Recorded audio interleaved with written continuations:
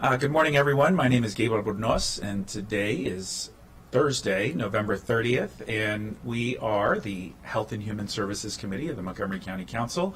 Honored to be joined by my colleagues, Councilmember Sales and Lutke. We have 3 items on this morning's agenda, and we will be receiving updates on the Ending the HIV Epidemic Grant, followed by an update on our mobile health clinic.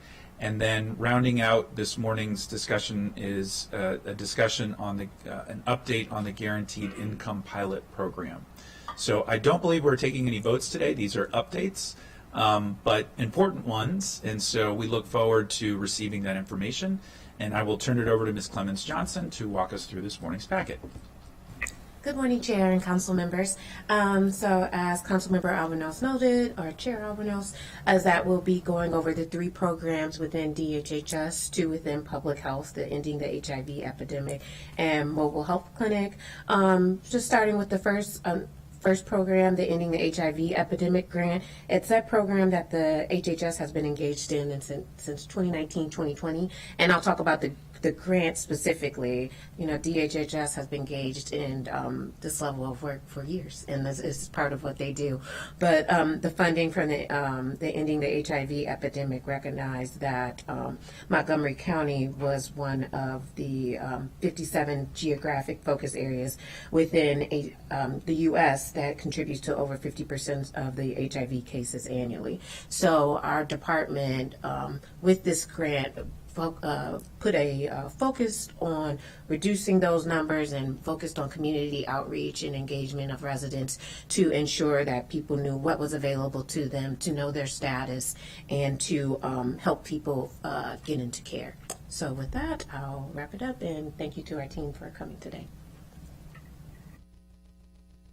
Well, thank you all again. Dr. Rogers, I will turn it over to you. Good morning. Thank you, HHS Committee. Thank you for this hearing today on this very important topic. We do have a presentation today that will be presented by our Administrator, Melvin Cawthon. But before then, this is a very vital topic for our community. Not only for our community personally, this topic has hit home.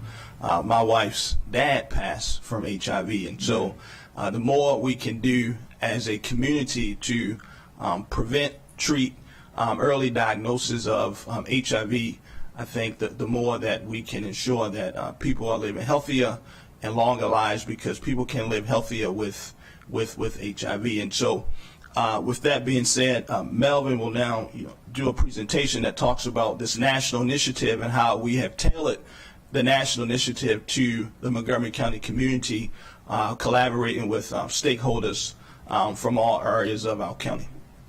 Thank you, Dr. Rogers. Thank you, Dr. Rogers. Good morning, Chairman, morning, council members.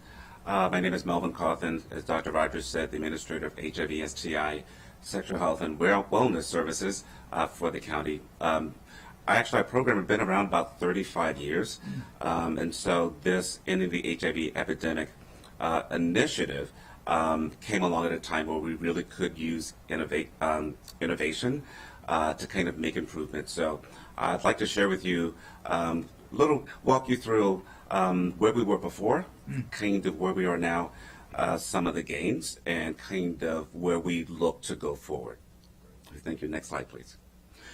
So we've been around for about 35 years. It started with one location at 2000 Dennis Avenue. It's our signature site. We've offered sexual HIV testing, STI testing, HIV treatment, dental services. PrEP is new there. The building that you see on the slides is not the building that was there 35 years ago. It was actually a former school. This building's been there probably for the last 6 or 7 years. Next slide, please. Just to look at the funding before, I'll call it EHE. EHE, there were 2 main sources, one from the CDC that came from the state that funded prevention, the STI program, and then we call Ryan White Part B. The next part was federal, came to us from DC through the health department, funded Ryan White A, and then HUD funded HOPWalk, which is our rental assistance program. Next slide, please.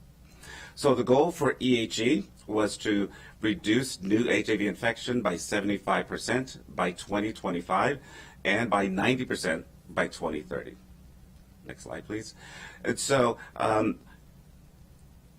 Montgomery County was listed as one of 48 counties in the U.S. where more than 50% added together counted for more than 50% of all new HIV infections. You see, there's some in the center, a lot in the east, and a lot in the west. Next slide, please. The main goals for ending the HIV, we had 4 main pillars. Basically diagnose everyone so that everyone knows their status, treat all folks who test newly positive with HIV, also to go out and find anyone who may be out of care and bring them back into care, to prevent new HIV infections, and to respond quickly to potential outbreaks. Next slide, please. Now, I won't read all of this, but we put together a plan. We didn't do it alone. We had many community meetings. We made great efforts to get community voices, partners, anyone interested in this process, to make sure that we heard their voices, that we got their opinions, and got their thoughts on what we were looking to do here. So you'll see the vision, the mission, and our values. Next slide, please. And going back, saying that there are 4 main pillars, that 95% of the people who have HIV know their status. Upscale testing. That is the way that folks will know their status. Again, as I mentioned before, treatment, that 90% of those people who test positive will be in treatment within 30 days, and then the same 95% will be virally suppressed within that going forward. So that way, viral suppression, they're not able to pass on the virus to others. And again, for prevention, 50% of the people who are eligible for PrEP will receive PrEP. That is a goal also as part of the pillars. And then the last one is responding quickly to outbreaks and clusters in the community. Next slide, please. Now, looking at funding, this is the funding solely for EHE. The other funding we still receive, this is EHE funding. So the CDC, through the state of health department, funds the diagnose pillar and the prevention pillar. So those two they fund. HRSA, through the department, DC Department of Health, funds the treatment pillar and the response pillar. Next slide, please.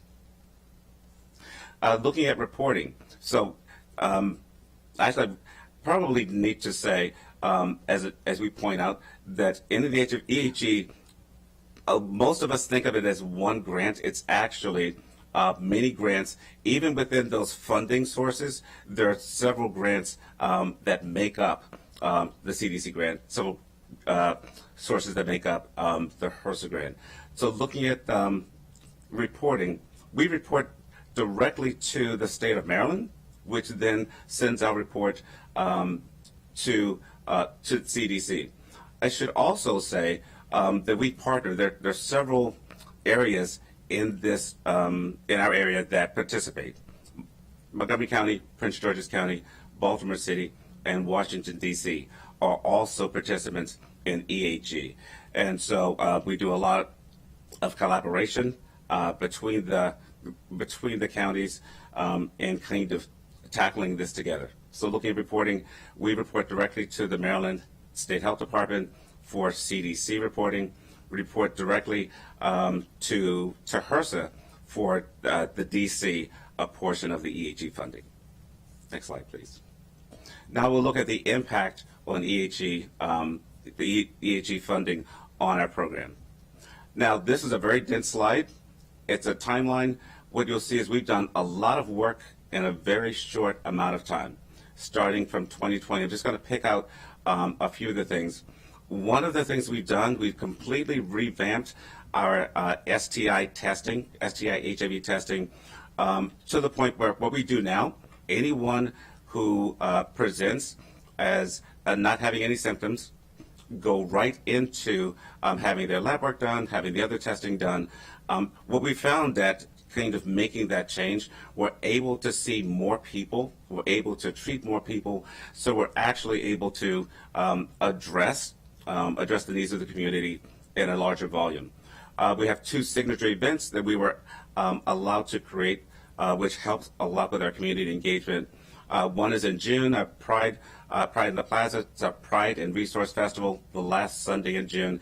And then also tomorrow, World AIDS Day, is our second signature event, which is a solidarity breakfast that we do in partnership with the Delta Sigma Theta Sorority Inc. One of the things, it's a little hard for me to see all of these as well, that I really want to point out that before EHE, we really didn't have a large voice in the community. And one of the things that this funding has allowed us to do is to form a community outreach team that has really done a great job of being out in the community, testing. One of the things that happened, just a quick anecdote, at our last Pride in the Plaza last June, we did testing there. And we actually, there was a gentleman who's been in the country about 7 months, tested positive. His partner was there. We were able to get him on PrEP. So for me, that was as much as any of the celebration that we were able to. That certainly proved to me that outreach works. Just need to make sure that we are in the places we need to be so we can test more and find more people who actually need the services. Next slide, please. Community partnerships. This kind of goes into what I was just speaking about, being out in the community.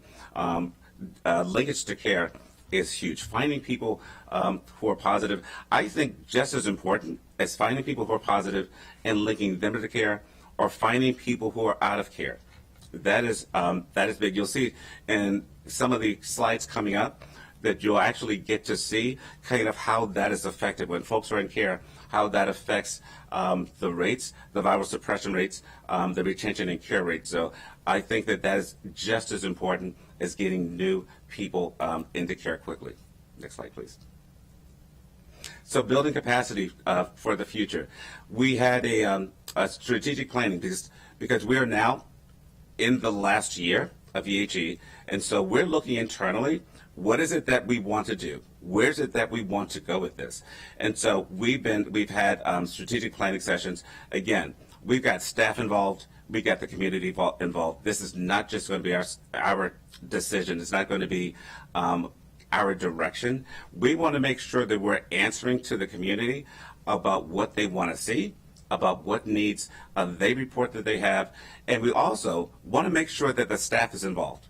We want to make sure that the staff is coming along with us, that in a sense they don't feel that we are, in a sense, charging ahead, imposing on them. And you'll see under staff engagement, we had a status neutral retreat. Status neutral is becoming more and more, in a sense, prominent and prevalent, meaning that we're kind of siloed. We've got an HIV side, we've got an STI side. So status neutral kind of brings them both together. Somebody coming in can actually go to either side and get resources. It's not that, okay, you have to cross the hall to go here. You have to cross the hall to go here. Where you enter, the person that you're talking to should be able to give you resources, should be able to answer your question without you having to be referred elsewhere. Next slide, please.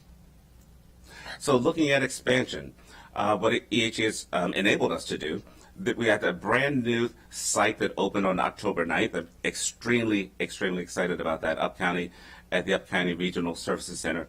So the main site is Dennis Avenue. You see the services that are offered there. At the Up County site, we offer STI testing and treatment, partner services, and linkage to care. And of what I hear, because we say that folks Up County have needs as well. And so this has been something that's been lacking for us. So being able to do this was major for our program. And what I hear, testing is going very well there, even though it's kind of been open about 6 weeks. And then we talk again about community outreach, because we're not going to be able to do this or sustain this in the future without including the community, looking for more linkages, looking for places where we can work with partners to talk about PrEP, because the goal is not for us we are the safety net clinic for all county residents who are uninsured and underinsured, but we're not the safety net clinic, or we can't be the clinic for everyone. We have limited capacity. So that's why it's going to be really important that we identify and that we work with partners in the community as we do this work. Actually, if you say that what would be probably the main thing that we could do, we had a wish. What thing, the main thing we could do is just having testing in every medical facility. If there were testing in every medical facility, that would be the game changer, because we do a lot of testing within the health department. We work with partners, we work in the community, but if every medical facility within Montgomery County was also doing testing, that would actually be the game changer in making a huge dent in this. Next slide, please. Do It For You is our sexual health and wellness campaign. So Montgomery County's first ever sexual health and awareness campaign. In that first year, we kind of pushed the envelope a bit. It was new. The one question that we heard the most from the community is, where have you been? Where have you been? So initially, we pushed the envelope. Do It For You. The pictures, the ads were all pushing the envelope, and we heard back. So that second year, we pulled back on the pictures and increased the education and the testing and the treatment element of those ads. I cannot tell you how proud and how exciting it is to have this campaign. And going forward, we're looking to, now in the talks of creating new ads to address PrEP in a stronger way. To address PrEP, we've done a lot of STI work, we've done a lot of HIV work, and now we want to kind of turn that corner and really look at PrEP. Also looking at syphilis rates in the county are higher. That we see that, we acknowledge that they're higher everywhere, and so what we're looking to do is just shine some light on that. Shine some light on that in the community about education, certainly about testing, and letting them know. And so that's why this has been a really, really big tool in what we do. Next slide, please. Looking at all of the events, I mentioned the two signature events. The one happening tomorrow, that's Solidarity Breakfast for World AIDS Day. It's our third annual. And then Pride in the Plaza, we've had 3 years. Actually, Pride in the Plaza happened that first year. It was 2 weeks after the COVID restriction was lifted. We had approval for 100 people. And we thought, well, 100 people come, 100 people came. And then the second year, more came. And then the last year at Veterans Plaza, we not only had the plaza, we also had the street beside the plaza. So it's extremely well attended. Again, mentioned kind of the testimony going on. We also provided Mpox vaccine there. And so we're now gearing up for this year's. And so looking at community engagement, looking at these turnouts, we want to use the volume of folks for that turnout to continue the conversation, to continue the efforts throughout the year, and not just have this be one event for the year, not just have the breakfast be one event during the year, but actually to continue that conversation, to broaden our presence in the community even more as we look to push this initiative forward, as we look to push this program forward. What is true about the program, again, so it's been around almost 35 years. Up until ending the HIV epidemic, we did extremely good work.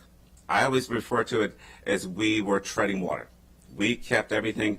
We saw people, we got them healthy, we tested the whole thing, but we weren't able to push it forward. So with ending the HIV epidemic, this funding has allowed us to do, as you see the slides, actually push the effort forward. Actually see the events that we're having, actually to revamp our testing, actually to open a new location.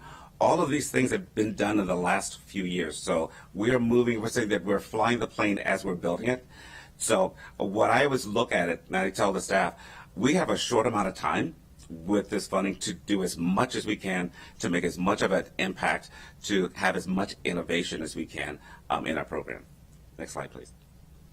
So looking at the impact on the clinic, we'll see some slides in a few about the entire county, but looking specifically at what happens inside of our clinic. That first slide, you'll see the number of folks receiving PrEP. Looking from that, I believe the first half year of 2021 to the first half of this year, it's gone up more than 100%, from 94 people to 194 people. Because when folks are tested, and they test negative for HIV, they are automatically screened for PrEP, and those folks who are eligible are encouraged to enroll at that time. Looking at unduplicated patients, how many people are we seeing? Again, looking at that same time frame from the first half of 2021 to the first half of this year, it's about a little more than about 225 extra people that we're seeing. So we're going to monitor this, because what we expect, certainly with Germantown now open, that we'll see that number go up, that we're going to be testing even more and more and more. Certainly, we're using the same testing approach there, that anyone who presents as asymptomatic will run through the exact same approach there. Since that's a smaller shop, we're actually looking to ramp that up more. Since it's a smaller shop, we're offering STI services and treatment partner services, of saying that since the services for now are limited, we want to make sure that we're focusing on the testing, and that the folks up county are being tested at a high rate, at a high volume, so we're able to treat them. Next slide, please. So now we're going to track our progress. Say, how are we doing? Now, this slide, we're looking at the entire county. We're looking just at the clinic for the health department. The clinic does extremely well with viral suppression. This is not just a clinic initiative. So looking at the county, it is estimated in the county a little more than 4,000 people are living with HIV. Estimated that more than 90% of those people know their status. About 65.8% of those people are retained in regular care, and then 52% are virally suppressed. That is not a great number, but what it does, it tells us what work we have to do. So again, saying that this is not just a clinic initiative, it is a county initiative. It's been a few years, it's only been a few years. I look at this still as relatively new. And so COVID-19 did have an impact. It had an impact of how we could get out of the gate. It did delay us some.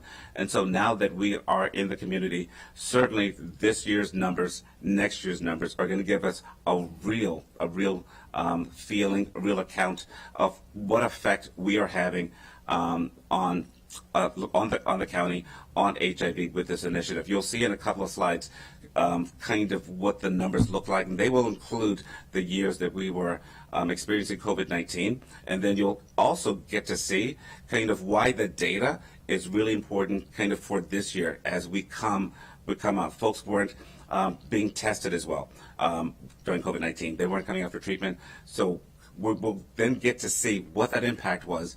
And so we expect, if we're doing our jobs, that the numbers are going to go up as we find more people who are positive. That's actually a good thing as we're reaching folks and getting them into treatment. Next slide, please.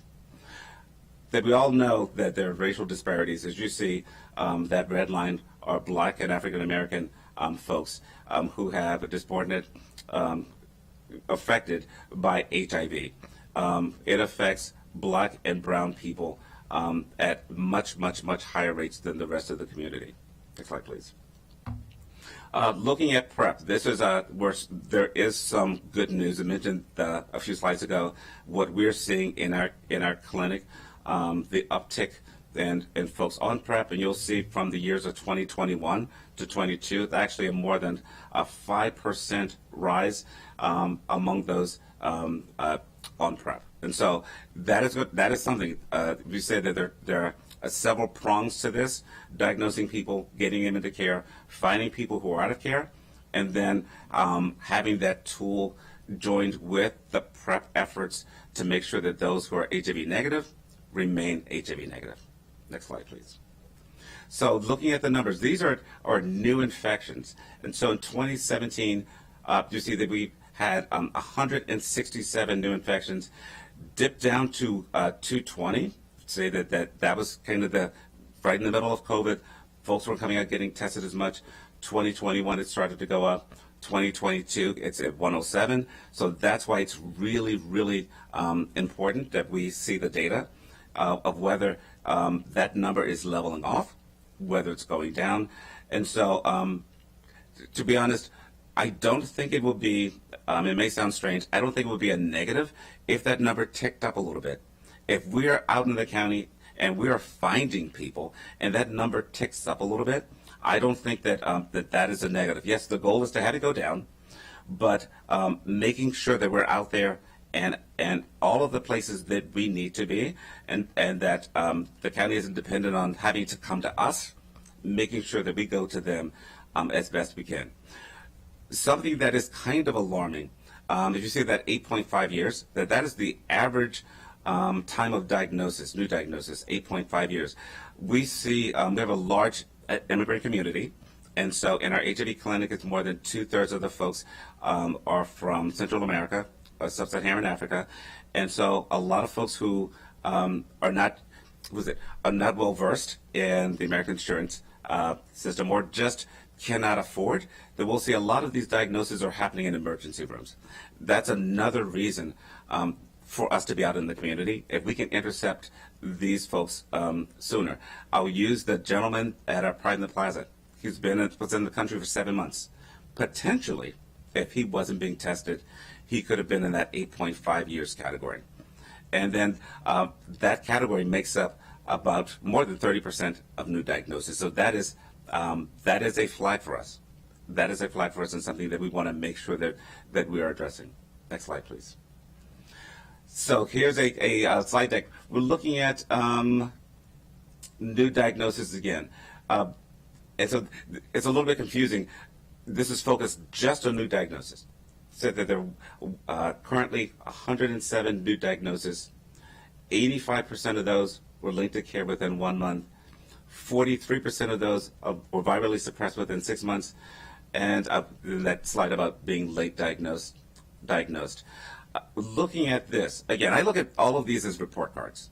Looking to see where does the work need to be? Where does the focus need to be? So we look at that 85% linked to care. What is glaring that sticks out to me is that 43% that are virally suppressed. And so making sure, what does that say to me?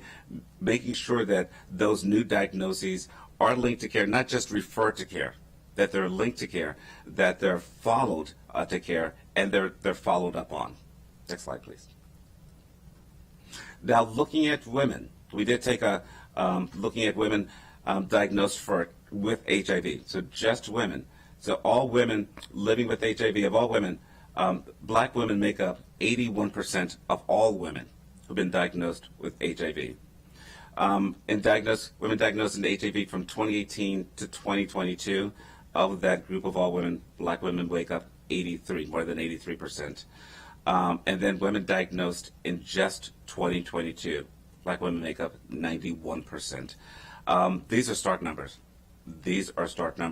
And so, as I mentioned in our Do It For You and our community engagement plans, we're looking at this directly. How can we create ads that are more targeted to women, that are more targeted to black women, as far as PrEP, as far as treatment. Also, not just kind of what we can do, but how we work with their providers. Because not everyone's coming to us for care. So how do we work with their providers? How do we partner with their providers for testing? How do we partner with their providers for PrEP? That's going to be huge, and that's something that we are strongly looking at now. Next slide, please. Now, looking at black women, as far as who we see, that in our HIV clinic, black women, African American women, make up 1/3 of the people that we see totally. In our STI clinic, 15% of everyone we see is a black or African American woman coming in for testing and for treatment. And of that 15%, 3% are enrolled in PrEP. Again, we see this, and we're going to working towards forming a plan of how we're going to address it. Again, we're going to address it by reaching out to the community and targeting black women specifically. Again, with education, with testing, promoting treatment. Next slide, please. Again, this is some of the ads that you have seen that we have run, and so looking at making these more specific. That these are for a general ads, but making them more specific. There have been specific ads for other populations. And so we said we want to make specific ads for this population as well. And certainly looking at, I know that we are in the works is a ad directly targeting syphilis. They're discussing ads directly targeting Black and African American women and their health, their sexual health. So that's what we're looking at coming up. But again, I look at all the numbers that you've seen not as what do we call a critique. I look at as where we are and where we need to be and where the work needs to be focused. Next slide, please. Again, I mentioned that folks born outside of the U.S. of new diagnosis in the county, I believe 25% are folks who are foreign-born. Again, mentioned that we have a large foreign-born population in our HIV clinic. This is just one of the ads that we have, looking at developing more specific language ads that address our foreign-born populations. And then also, again, not just putting out ads, but building partnerships in their communities where they live, building partnerships there, building partnerships with folks who service them in their communities, because they're going to be the best ambassadors. They're going to be the best way that we actually get the message out. Next slide, please. Say that how are we going to sustain it? I told you a lot of stuff. How are we going to sustain it? First, by continuously seeking funding. We're anticipating the funding will continue. It probably won't have the name EHE, but we are anticipating that this funding will continue. Again, leveraging partner capacity. Health department can't do it all, but we can be a good partner. We can train, we can educate, we can reach out. And that's what we intend to do. And then building internal capacities, I mentioned before, looking at how do we cross-train staff in that status neutral approach so that we don't have silos and folks who are only specializing in one area, that we have staff that across the board. Again, what will this allow us to do? This will allow us to see more people. This will allow us to get more people where they need to be faster, and that is the goal, making sure that we get folks where they need to be faster, we're following up on them, and making sure that they're getting in care and that they're staying in care. Thank you. Wow, thank you for that presentation. And those numbers are, sobering is not the right word, they're immoral. That is insane to have the percentages be that high among African American women. I mean, that is just, it's unacceptable, clearly, on every conceivable level. So I do, on a much lighter note, want to give a shout out to the Deltas, who are hosting their World AIDS Day breakfast tomorrow, which I will be attending and have attended the last several years, and they are certainly doing their part to help educate our community.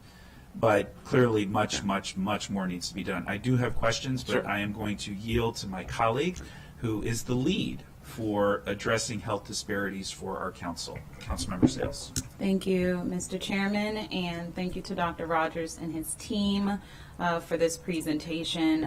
I share the frustration and disappointment in seeing these numbers. My first official act with the council, even before I was sworn in, was being the public speaker at last year's World AIDS Day luncheon for the Delta Sigma Theta Sorority Incorporated. So I'm so proud that my sorority understands the impact and the importance of raising awareness about this issue. And now, as the lead for eliminating health disparities, the HIV epidemic continues to be a huge concern. I used to be an outreach and recruitment coordinator with the National Institutes of Health. I would be at tabling events all over the DMV. And that was for a cardiovascular disease study.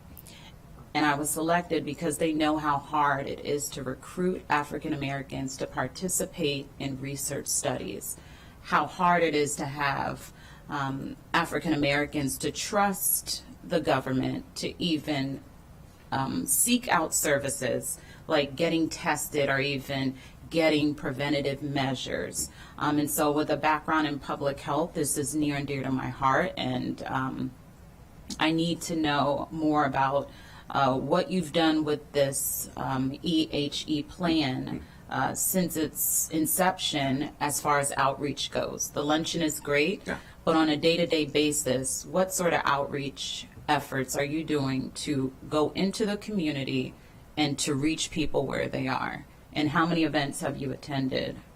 Like in the past year, has your health workers tabled at? So this will be a two-part answer. Okay. One, the outreach team is every day in the community looking for partnerships. I know they're testing at consulates. I know that they're reaching out to the African community. So I can get numbers for you. Yeah. I don't have them at this moment. I can get them for you. Those are very important. Yes. But what you will see is that they're extremely active in the community. Okay. Extremely, extremely active. And so, again, I wanted to be really transparent and bring the numbers here so you could see. Yeah, We're I gonna mean, put- you have to. Yes, absolutely. Yeah. And so, as well as we're going to address it, but I also, again, that mentioned before that the county's kind of treaded water. We've seen folks in our center, at the health department. This is kind of the first real, and not making excuses, first real push to put it out. So I'm extremely committed to this. How long have we been funded with this EHG? This started in 2020. But Okay. we started from the ground up. Yeah. We had absolutely nothing. So looking at community outreach, that started from the scaffolding. And so most of the things that that you saw for our efforts started from scaffolding. There just aren't a lot of community partners, not a lot of community-based service organizations that share the work with us. So a lot of responsibility falls on the health department. We take that responsibility. Yeah. But we are actively looking for partners. And so I will share with you kind of the events that have been scheduled, the events have been attended, not just for this year, over the last few years. There is... Yeah, you can send me yeah. a list of Okay. that. I will be happy to do Who that. are your partners that you have accumulated since its inception? Go ahead, Dr. Yes, Rogers. thank you for that question, because Melvin, maybe in answering that question, if you could talk a little bit about our train-the-trainer model. So when we do identify partners, how we train them to be testers, Yeah. if you can, and some of the partners there. Thank you, Dr. Rogers. That is one of the things that we do. Actually, we tested Dr. Rogers' team for the mobile van. Since we are the testers, Yeah. so when we identify testing partners, we train them. Okay. We train them. So they're testing to the standard. So who are your partners? Who are your partners that you are We're- partnering with to test and go out into the community? Like, how big is your staff, and who are the partners? You partnering with churches? You partnering with the Black Collective, AAHP? Who are the partnering organizations that you have recruited since 2020? So we are partnering with AHP, and we're. You want to get back to me with I that? do, Okay. because I want to get back to you because I want to make sure that I'm fairly answering the question for the folks who are doing the work. Yeah. We do have mentioned that outreach team. They're out doing the work, and I don't want to do them disservice by not mentioning where they're going and who they're partnering with. Yeah. Okay.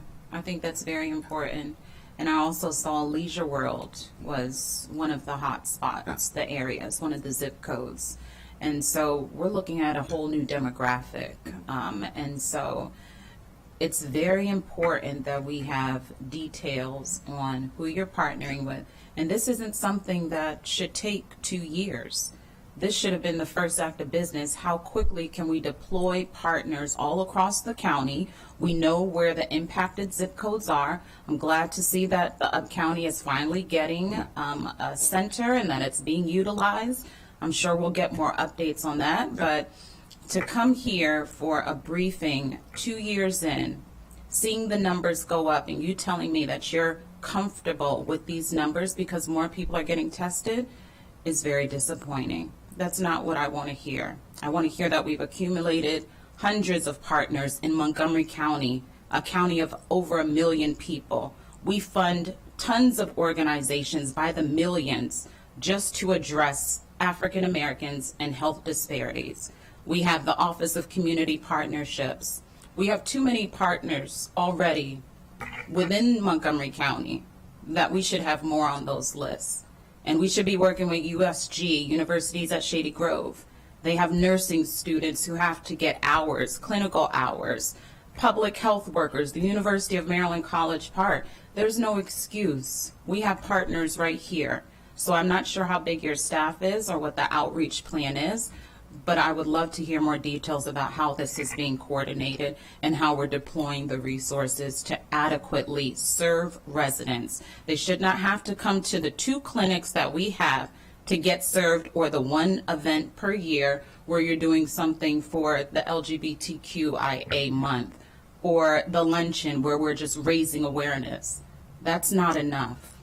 With these numbers, we should feel like we're in an emergency and feel more compelled to do more. So I'm very disappointed with the numbers. I don't even have any other questions to ask. Thank you. I appreciate that, Councilmember Sales, and that was extremely well said. I feel your emotion, I share your frustration, and clearly there is an opportunity for us to do more. We know folks on the ground are doing a lot, but and it's not just in this category, but so many others, where we're all still, to some degree, catching our breath from what we've experienced the last 4 years, and licking our wounds. And some of those wounds are permanent, I know, particularly for our health workers who have just been overwhelmed. But as Councilmember Sales pointed out, she's right, the numbers jump off the screen, and it does scream for more and much greater urgency. And so I know that we already have this wonderful infrastructure of community-based partners and organizations that I know our public health team works with every day.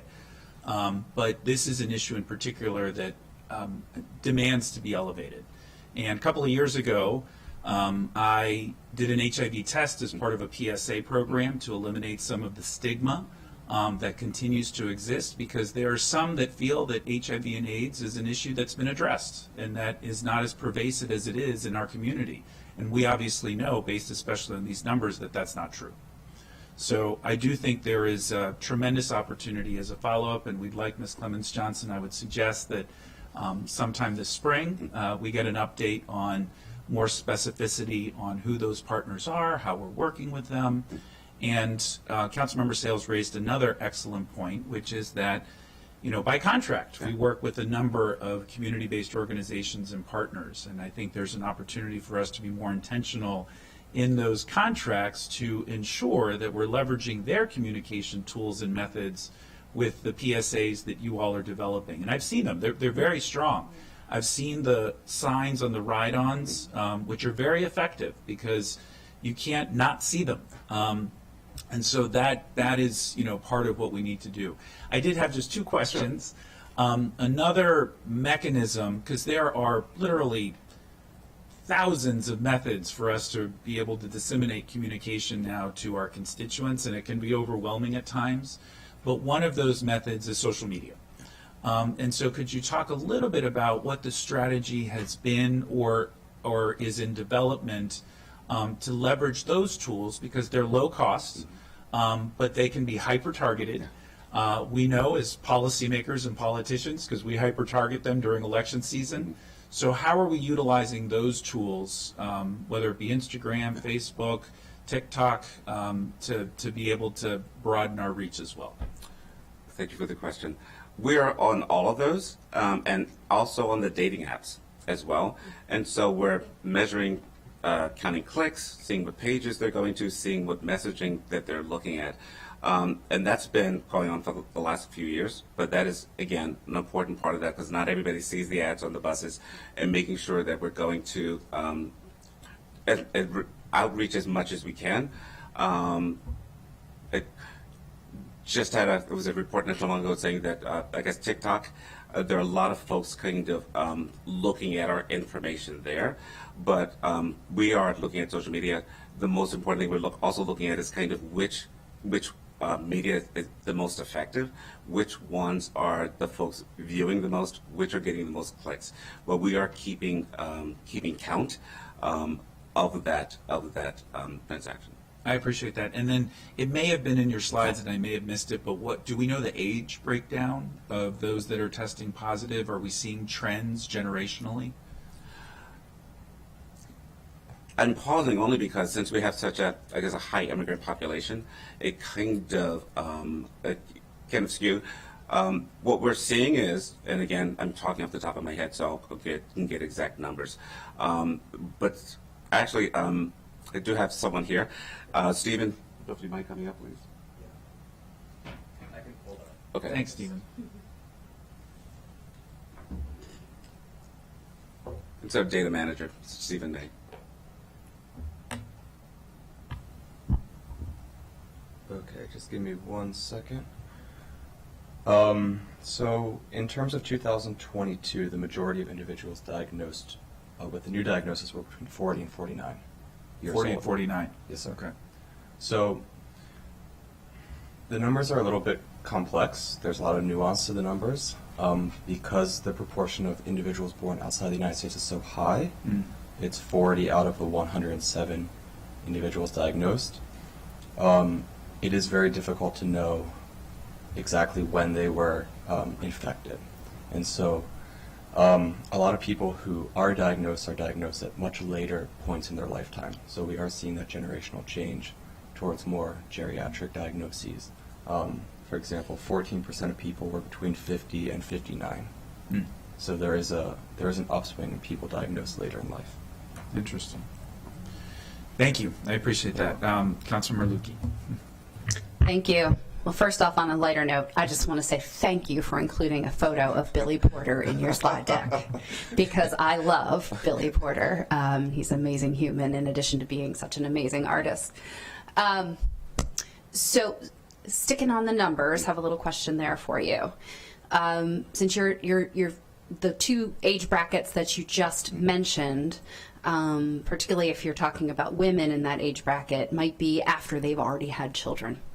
At any point in the screening that you do, are you determining whether or not they may have been infected while pregnant and doing anything to follow up with the children? Okay. What I can say is, again, we do see a lot of women, I say a lot, we do see some women who are pregnant who are HIV positive. And so as long as we get them, who knows? I've seen some real late pregnancies and the babies have still been born negative. But you're absolutely right. Working with, where they get their prenatal care, and working with those doctors, it is really important. I believe that at their offices, everyone is screened for HIV. Yeah. But as Stephen mentioned, we have such a high foreign-born population. Sometimes when folks are coming in the country, or they haven't gotten care themselves, and those are the folks that we'll see kind Right. of later in the pregnancy. Right. But they're absolutely right that those are folks kind of that we're also aware of, and those are folks that we're also kind of looking out for, because as soon as we can get that pregnant woman into care, the better the odds that her baby's going to be born negative. Right, and and I know Councilmember Sales is our lead on health disparities, and just sort of thinking about the numbers and thinking about that, and thinking about this mother-child issue too. I often think women are the last people to put their own health first, because first you take care of everyone else around you, and even more so based on racial differences, right? And no matter how hard we try, we would be foolish if we didn't still acknowledge that there are biases in the medical profession. And it becomes very challenging for people to be open, fully open, with medical providers at different times, and even more so with our LGBTQ plus community, where even if they are seeking preventive care, our primary care doctors aren't always attuned to, you might want to hold back some information because you feel like you can't fully share. So what work has been done to help break that down? As you note in the slides, HIV is primary, and that your primary care provider is the main person, if you're getting care, that you should be able to have that conversation with and be open. But if we're still having problems, which we can't deny exist, how are we going about making sure we can further destigmatize that within our medical professionals directly? Thank you for the question. That is something that that we're working on, that we've highlighted. We had a primary care symposium not too long ago. That is, again, one of the, one of the top priorities, because as I mentioned before, if we could get primary care providers on board, and certainly for testing, and then that would get us much further in this. And I also wanted to say, I'm not proud of the numbers. I am not proud at all of the numbers that we saw.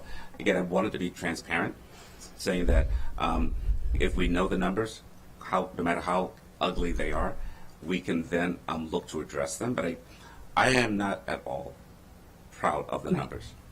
No, I did appreciate what you were saying when you were explaining there's a higher number, but that means that we've identified them, so now we can get you help, right? I fully appreciate that.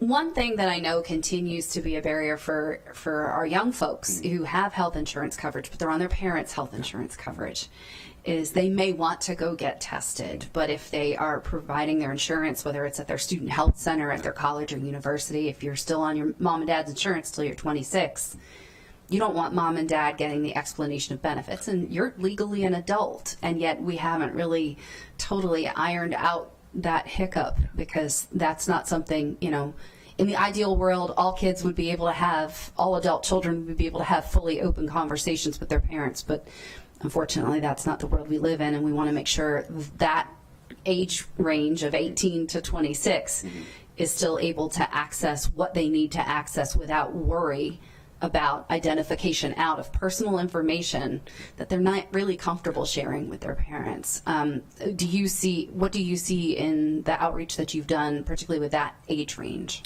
I just have to say that is somewhat of a barrier based on the funding, right? White funding is the payer of last resort. And so certainly kind of providing services for treatment. Testing is a little different. We can test anyone and stay anonymous. But as far as being able to pay for folks coming in who have insurance, that is a barrier of the funding. But I'd also like to say that we are, in a sense, in talks with the school system of being able to do testing in some of the wellness centers.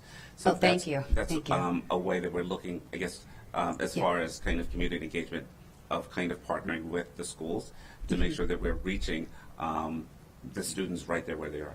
Great, thank you. And I noticed that the State Department of Health just released its Building a Healthier Maryland Community Survey yesterday, and it says that it will run through January 4th. And I know that touches upon a lot of other work that Dr. Rogers has been deep in the weeds on as well. But I just wanted to flag that for everyone. And with respect to additional volunteers, do you use the Maryland Reserve Corps volunteers at all for any of your outreach or testing? Somebody else is nodding yes in the back, so I think I might have got my answer. I'm glad. I mean, you're right. So that's volunteers are a huge part of that, because there are only so many of us, and so at a larger event, absolutely, we call all stops. Nice. I'm part of that. I can't give shots, and I can't draw blood. I don't have that skill, but I do appreciate the range of things that I see coming out from them in terms of opportunities. I just hadn't recalled one that related specifically to this, but thank you for that, and thank you, Mr. Chair. All right. Thank you, Mr. Cawthon. Dr. Rogers, yes? Yes, thank you. Thank you, Councilmember Sales, for your passion for this topic. And I just wanted to make sure we did not leave this setting without at least naming some of the African American Black focused organizations that we are partnered with. But we will get you a follow-up with the list of organizations that we partner with and kind of what their role are. But I do have a list of some of the African American partners. So, for example, across diagnosis, treatment, and prevention and response, the Black Physician Health Network, AAHP and McFarland and Associates.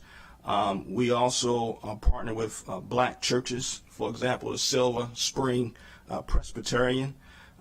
We also Rainbow Family Christian Church.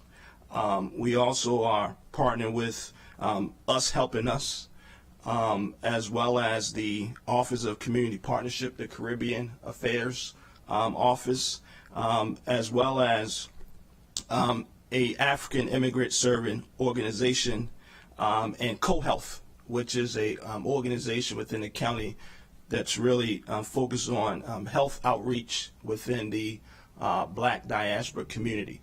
And then lastly, I'll say to Melvin's point, one thing that I'm really focused on as acting chief is making sure that we integrate and align services across public health services. And so, as Melvin mentioned, we are looking to gain entry into the wellness centers, but also within Montgomery Cares program. So to your point, Councilman Albanos, we are looking to leverage that contract by, for example, having a quality measure for the Montgomery Cares clinics be routine HIV testing within our clinics so that we can then incentivize them for the work that they're doing. Now, I know over 80% of the participants in Montgomery Cares are of the Hispanic Latino descent, but we do have African Americans that participate in that program, and we partner directly with FQHCs like CCI for our program. And so we are looking to kind of make those linkages and connections to community partners. But as I mentioned, we will follow up with you with the outreach plan and list of organizations and how we partner with them. Yes, and I would love to assist in any way to facilitate any introductions. I didn't hear any of our educational institutions because we need boots on the ground. This is not an effort that is going to be saved or helped by sitting in our offices and putting out ads. We have to do more, and we need more help. We actually need more help to get into the community. So I'm glad we have a few partners that you've mentioned, and would love to talk with you about some other partnerships and any opportunities to partner with Montgomery College, universities at Shady Grove. All of those institutions have public health, health-related science programs, and all of those students need hours and internships. And so whatever we can do to facilitate ensuring that we're getting more resources to our residents and we're understanding where these people are that need to be served, that's, I'm ready to support in any way that I can. So thank you for that. I appreciate that, and to Councilmember Sales' points, leverage us as well. We travel a lot around the county, and I'd love some talking points that I can uplift and discuss, encouraging people, and take advantage of days like tomorrow to remind everyone of the importance of HIV testing across the board, and we'll certainly encourage our colleagues to do the same. But this was an important update. We have to lean into these numbers, as you mentioned, Mr. Cawthor. We will get an update later this spring on how things are continuing to go, and I appreciate the follow-up specifically with Councilmember Sales. Thank you all very much. All right, next we are going to move to an update on our mobile health clinic. And Dr. Rogers, I will turn it back over to you. Yes, thank you. I have a presentation as well to start off with.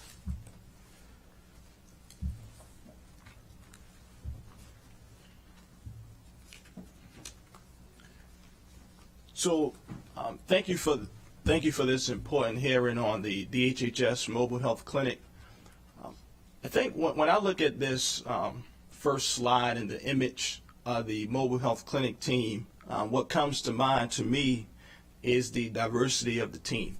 And so over 80% of our team are of the minority community.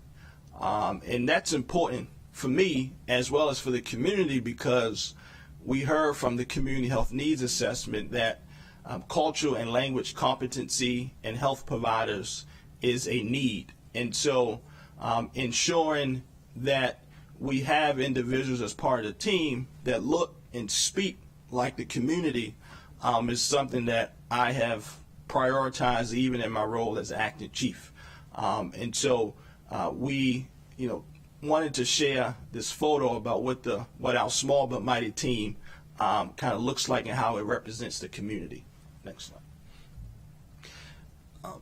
So the mission of the mobile health clinic is to travel around the county and identifying hard to reach communities to help alleviate health disparities. The mobile health clinic provides integrated medical, dental, behavioral health, as well as human services to address health disparities in vulnerable and underserved populations. We we do this by not only having a core team, but we are also leveraging existing resources across public health services, across HHS, in order to provide these services. Next slide. The mobile health clinic team is made up of 7 FTEs. Now, more recently, we've been able to expand the team to include 2 community health nurses.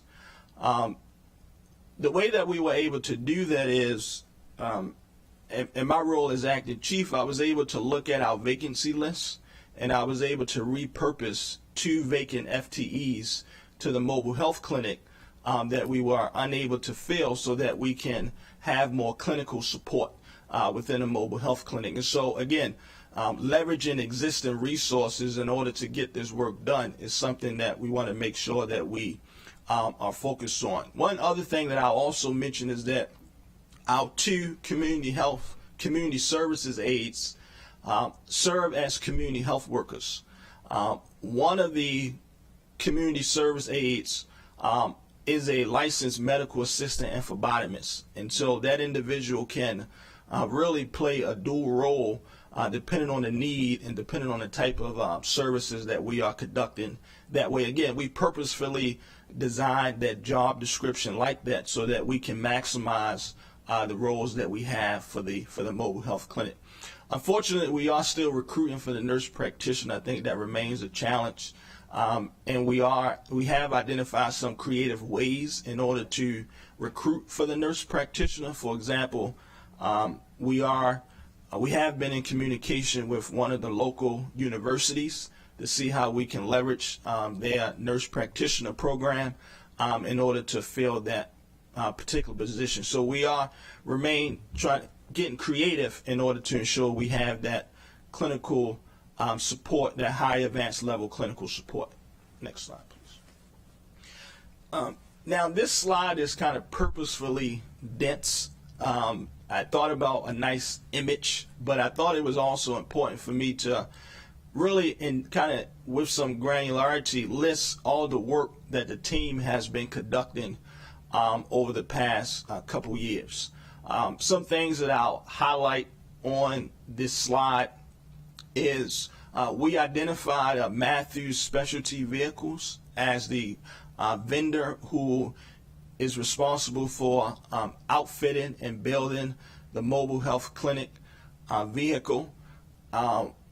We have convened a DHHS work group so that we can all discuss and plan how to integrate and to leverage existing programs and services across HHS to serve the mobile health clinic.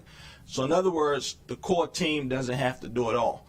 When the core team is not available, or when the core team is out providing services, perhaps in a pop-up capacity, other HHS service areas and programs are able to leverage the vehicle and provide services on board the mobile health clinic. Risk assessment was also something important that we need to do so that we can make sure that we are identifying, analyzing, and mitigating any risk. That was a pretty lengthy process that we went through that took several months, but it was necessary before we got operations up on the ground. Of course, we hired the staff earlier this calendar year. I think they were all on board except the nurse practitioner sometime in March. And we're still recruiting for one more of the nurse positions that we're able to identify pretty much several weeks ago. We were able to identify those positions. A couple other things I'll talk about is, we didn't have an infrastructure. So this was a brand new program. And so we needed to make sure that we have data systems, electronic health record in place so that we can safely and securely capture data, so that we can report data, monitor outcomes for patients that we are tracking. We've been developing standard operating procedures. And so my first instruction when meeting with the team for our first week is that we got to make sure we document all of our procedures. Make sure that we have an SOP so that everyone knows, what they're doing, how they're doing, and we can ensure that operations are efficient. We also been leveraging our USIS medical residency students and Dr. Davis and her clinical knowledge in the absence of the nurse practitioner.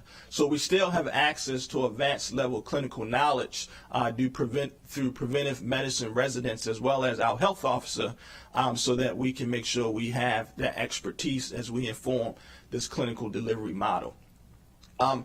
As you also see, we've engaged community partners.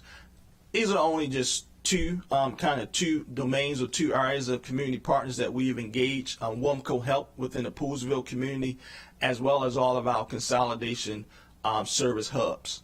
Next slide, please.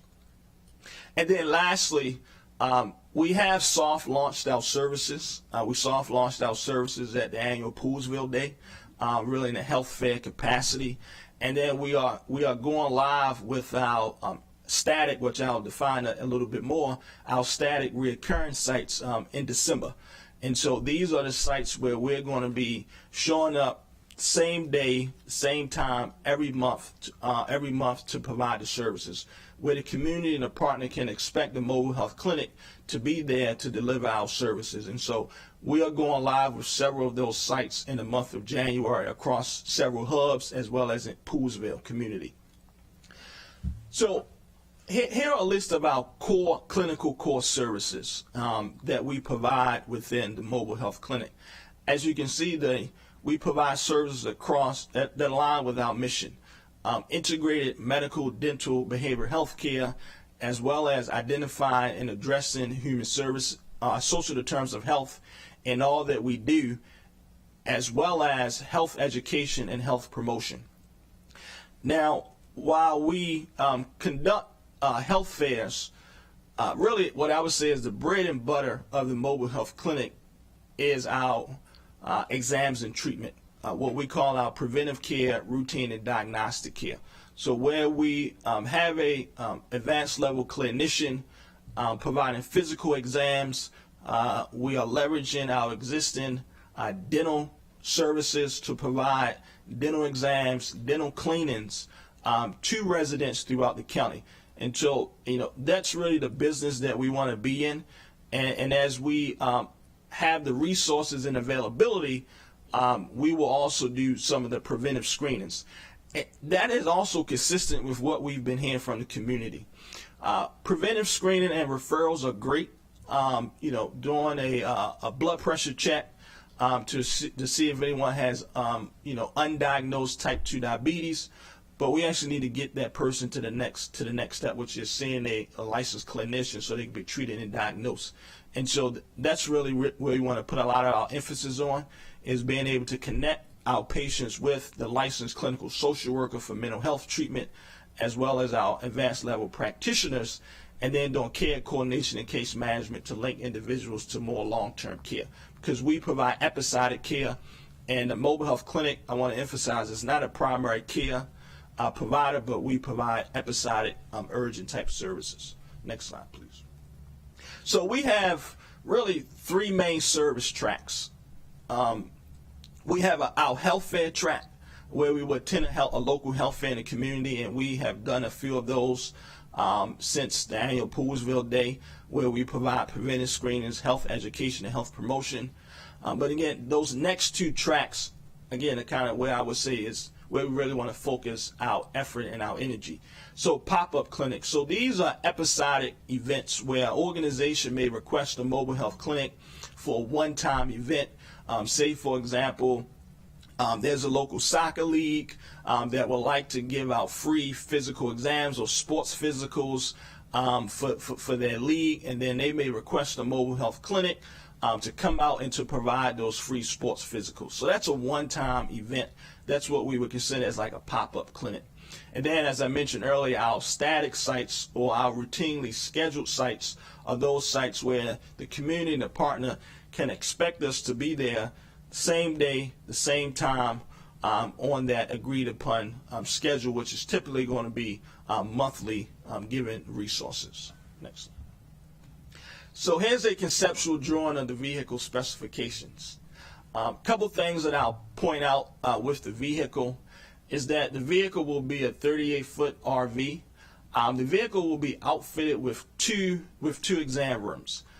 In the rear of the vehicle will be our kind of medical somatic exam room, and then in the front of the vehicle will be our dental exam room. The dental exam room will be able to be utilized as a medical exam room when we're not offering dental services. And so that room will be outfitted to provide both medical and dental services. On the vehicle, we also have a dedicated counseling room. So for privacy, confidentiality, when the licensed clinical social worker will be interacting with patients on board the vehicle. You also can see that the vehicle will be outfitted with a laboratory so that we can draw labs and we can send those labs off to the laboratory.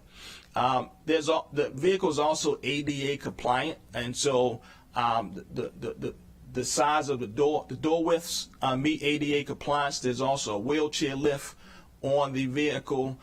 We also have an awning on the vehicle, so if it's hot outside, we can put the awning up and people can experience some shade. So those are a few things to note about the vehicle. Now, we have not received an official date when we would receive the vehicle. However, in a couple emails, the vendor has told us that we anticipate receiving the 3D renderings of the vehicle by the end of this calendar year. So that's about 30 days away, so any day now. And then they have hinted at that we can expect a spring 2024 delivery. But once we get final confirmation of when the vehicle will be delivered, we'll be sure to let council know and let others know when the vehicle will be delivered. But in the meantime, our team is providing services. We have access to a county van. We put our equipment, put our resources in a van, and we will drive to where we need to go in order to provide services. Excellent. So we do have program and performance measures that we have identified to collect baseline data on our participants, on our patients, so that we can track outcomes and so that we can report outcomes. Here are just some basic baseline data, demographics, the type of screening that was performed, whether or not a person had abnormal results, and then whether or not we linked them to care and the type of information that we provided to them. Next slide, please. For all of our patients, we want to ensure that we provide a patient survey. Patient survey is going to be important so that we can assess from the patient's perspective the satisfaction with the care that we've provided, as well as it gives us an opportunity to do some quality improvement, some performance improvement, so that we can improve our operations to ensure that we are, serving the patients and meeting the patient's needs. Next slide, please. Because we are kind of building this, I wouldn't say plane, but building this vehicle as we drive it, or building this program as we drive along, we are continually to develop and identify performance measures to demonstrate the effectiveness and the utility of the program. Structure, process, and outcome measures are what we are considering and looking at, as well as we will be conducting continuous quality improvement plan, do study, act cycles as opportunities to improve processes and carry out change as we implement the initiative. Next slide. The mobile health clinic is designed to complement existing services that already exist within the communities. And so as we engage partners, some of the foundational initial questions that we are asking, for example, WOMCO Help or the hubs, are who are your existing partners? Who are your existing partners, and please connect us with those existing partners so that we can work with your organization as well as these partners to ensure that we are complementing those services. Part of the complement of the services involves our care management and our care coordination approach. And so after we have provided services to a patient, after we may have identified a social need, we're able to leverage the existing resources that are within that community so that we can refer and link patients to those services. Not only will we refer and link, we will also, for example, support our patients with application assistance. So if an individual needs assistance with completing that application, we have community health workers that will help them or walk them through how to get access to those resources. Of course, being DHHS, internally, the programs that we operate internally, we're able to refer over to existing programs. But not only refer, I remember when I was a community health worker, the thing that was very valuable to me is that I was able to pick up the phone and I was able to call someone within Baltimore City Department of Social Services and say, I have this patient, this is what I need. I shouldn't need to call the 1-800 number.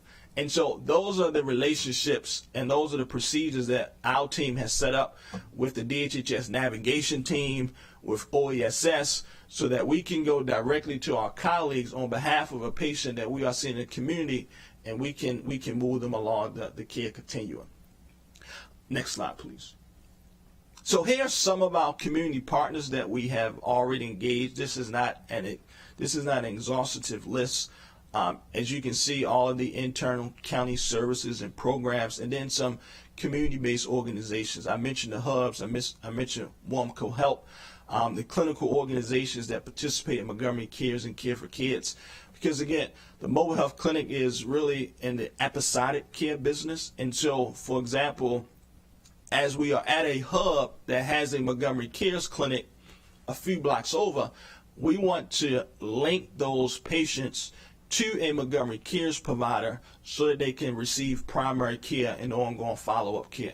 So those relationships with our existing clinical organizations will also be important.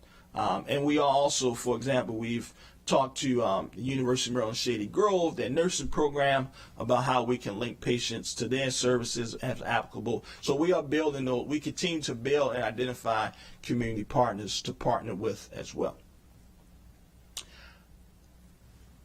Our epidemiology team did some analysis of existing data to look at communities that experience health disparities, communities that are primary care shortage areas, and communities that are dental shortage areas.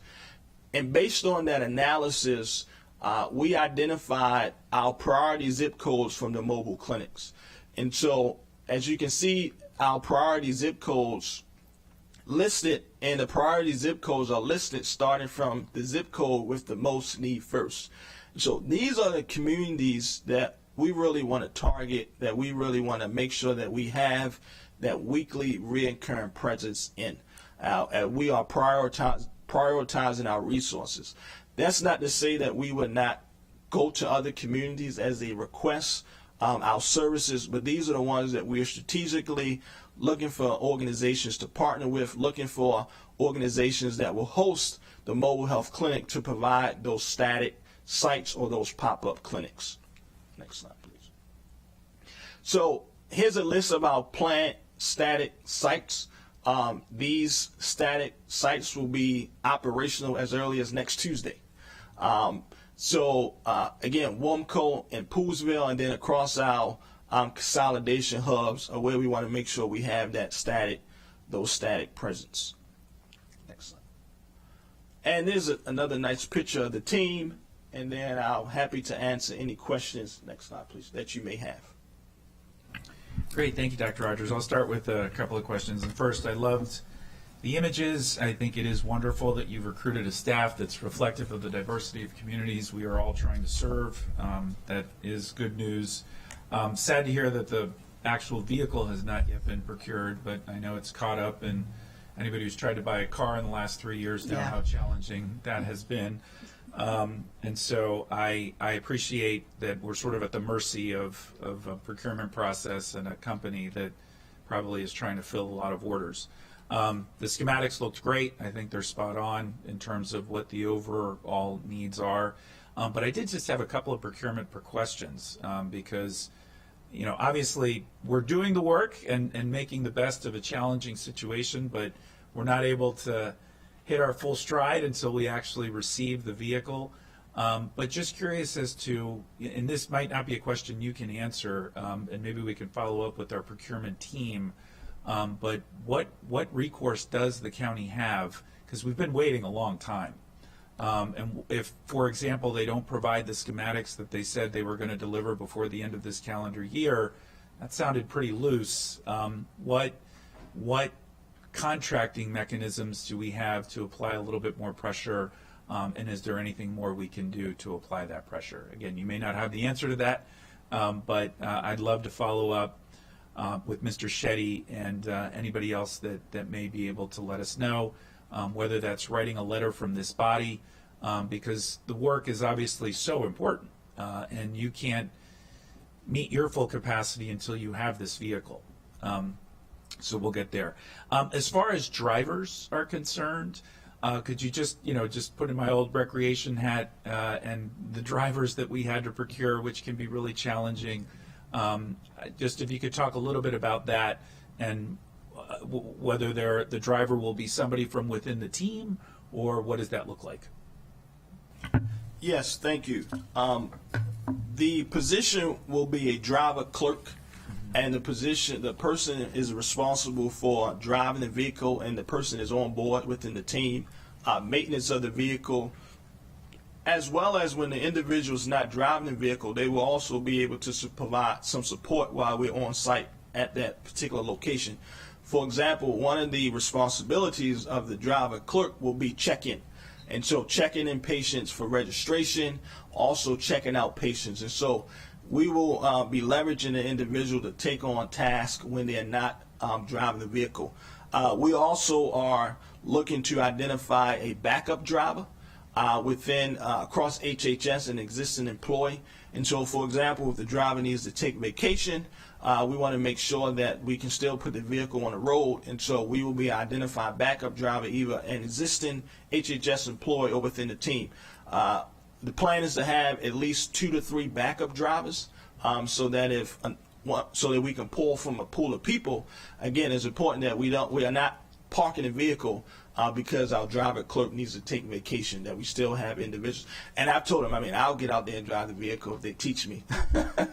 And one last thing I'll mention about the driver is that the driver comes with experience. So driver used to be a driver with the Montgomery County Department of Transportation. So driver has experience driving large vehicles. And so we purposefully made that a preferred criteria when we recruited for the position. That's great news.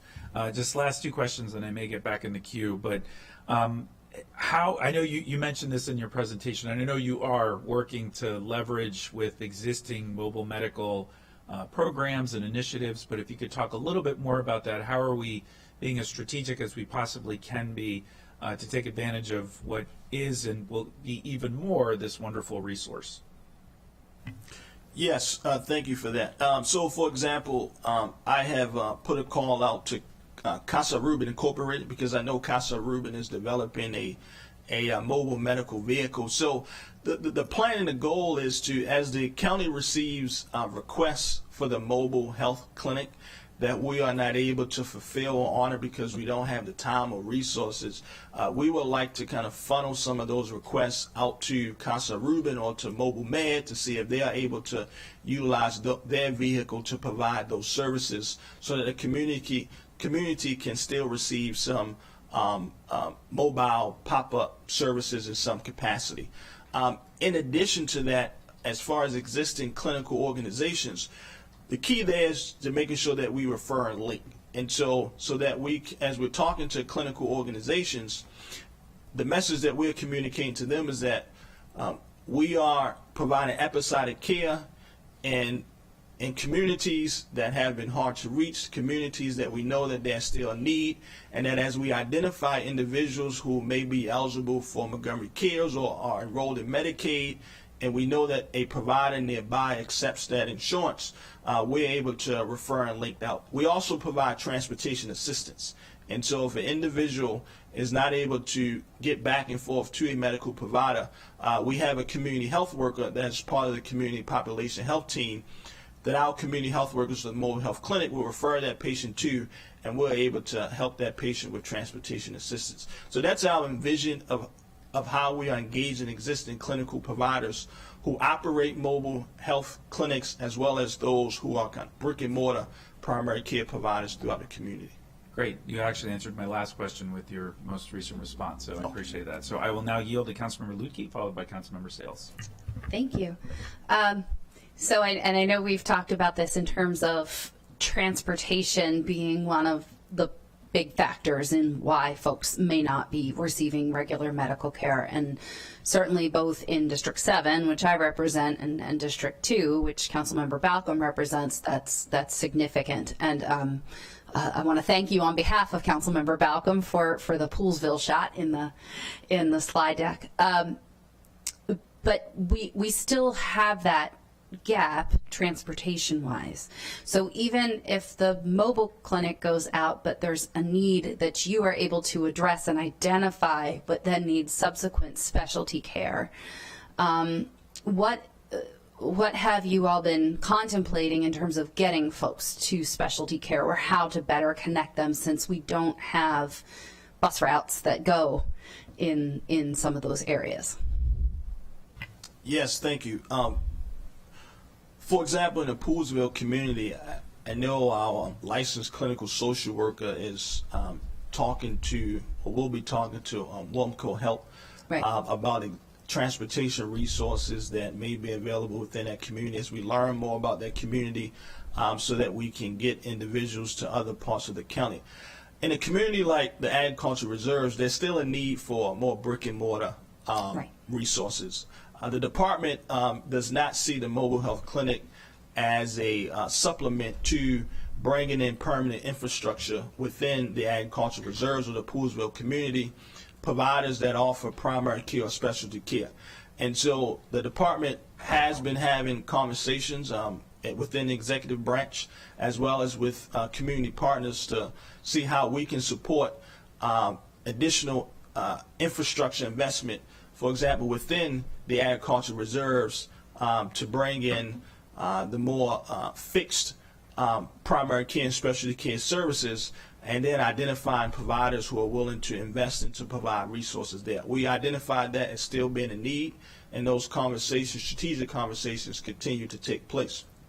When we do identify an individual, for example, in the ag reserves, who may be in need of specialty care, depending on their insurance status, we have community health workers that will come alongside those individuals and help them to identify, for example, the nearest provider who accept their insurance that can provide those services, whether it's telehealth or whether it's, for example, providing transportation assistance to those individuals. We have a small transportation budget to provide transportation assistance that we want to reserve for communities like Poolsville and Agricultural Reserve, so we can link individuals to the nearest provider. Okay, because I know, for example, Olney area, you do have a site identified where the clinic, the van will go. Bus, it's a bus. And I know Olney has the Greater Olney Rides program. That's a nonprofit that's aimed at helping seniors who need assistance getting around, which is great. But not everybody you all are serving are going to be senior citizens too. So, things like, is there some way to partner with the recreation department on possibly allocating a time? And for example, I know you did mention universities at Shady Grove in terms of the nursing program, but the dental clinic that's there, the University of Maryland runs a dental clinic at Shady Grove as well as the one in Baltimore City, which I was a patient at when I was a law student, right? And the people who would come to the clinic in Baltimore City were not all from Baltimore City. They came from multiple counties around, and they would come down downtown for service. Now, granted, again, there were public transit options that could assist with that. We may have some challenges in some of our areas with doing that, but perhaps a shuttle where patients could be scheduling their appointments, because that dental clinic serves pediatric through geriatric care with specialty care too. And as I understand from speaking to folks out there, they're not often full. Right? So they have space to do it, and they've got a beautiful state-of-the-art facility with specialty care available.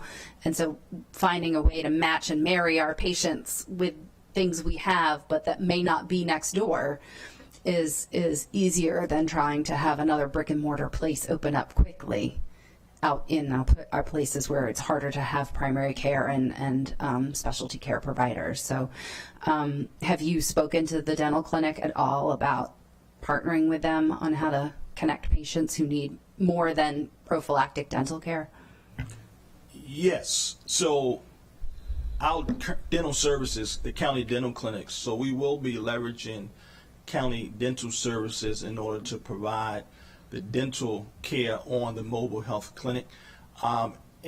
And that's your general routine preventive care Right. services, your extractions, x-rays, and cleanings. When there are patients who are not able to be served physically on the vehicle, we want to link them back to the county's dental services. County Dental Services has partnerships with, for example, University of Maryland Shady Grove Dental Clinic. We're also looking at a partnership with Howard University. And so, yes, we will leverage existing resources and partnerships to link individuals to care that, for example, County Dental is not able to provide, which also makes me think that the department is going to be standing up our dental collaborative, and Council Member Albanos is familiar with the dental collaborative, where we're going to be bringing together oral health providers throughout Montgomery County to talk about ways that we can strengthen our referral network, so that if a patient comes to county dental and we are not able to provide services, or we don't have to provide all the services, we can refer out. And so we're ready to launch that collaborative within the next month. And so I think that also will speak to your point, Councilmember Lukin. And this may seem like a weird question or an in-the-weeds question, but after looking at the schematic, and I know, the one area where dental services can be provided is also available as an examination room for non-dental care. But knowing that health regulations have two different sets of protocols for how you deal with instruments, chairs, lighting, etc., and what you have to do in each type of setting, how are you planning to manage that, since those will be dual purpose settings? For example, kind of the short answer, the chair that will be stationed within that front exam room is regulated to be used as a dental chair as well as a medical chair. Also, for example, in a mobile capacity with dental services, we would have to work with the Maryland Department of Health in order to get the mobile vehicle approved as a kind of X-ray, as an X-ray setting. Right. So it's the vehicle itself that will be approved as a kind of a site where we can take X-rays. We want to take the precautions in that exam room to ensure that we have the proper equipment, mobile equipment, to provide dental X-rays, for example.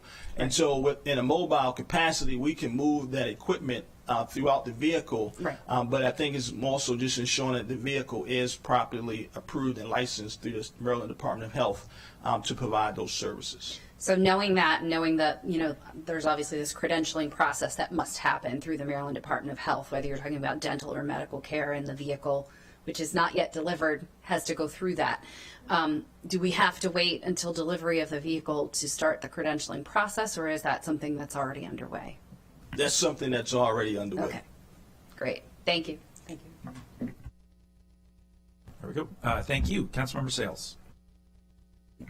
Thank you so much for the update. I know that the last time we met to talk about the dental program, we knew that the mobile unit wouldn't come until the spring. So I'm glad that in the meantime we are using this time to ensure that once it is here, that we have it staffed, workflows are being developed, and procedures.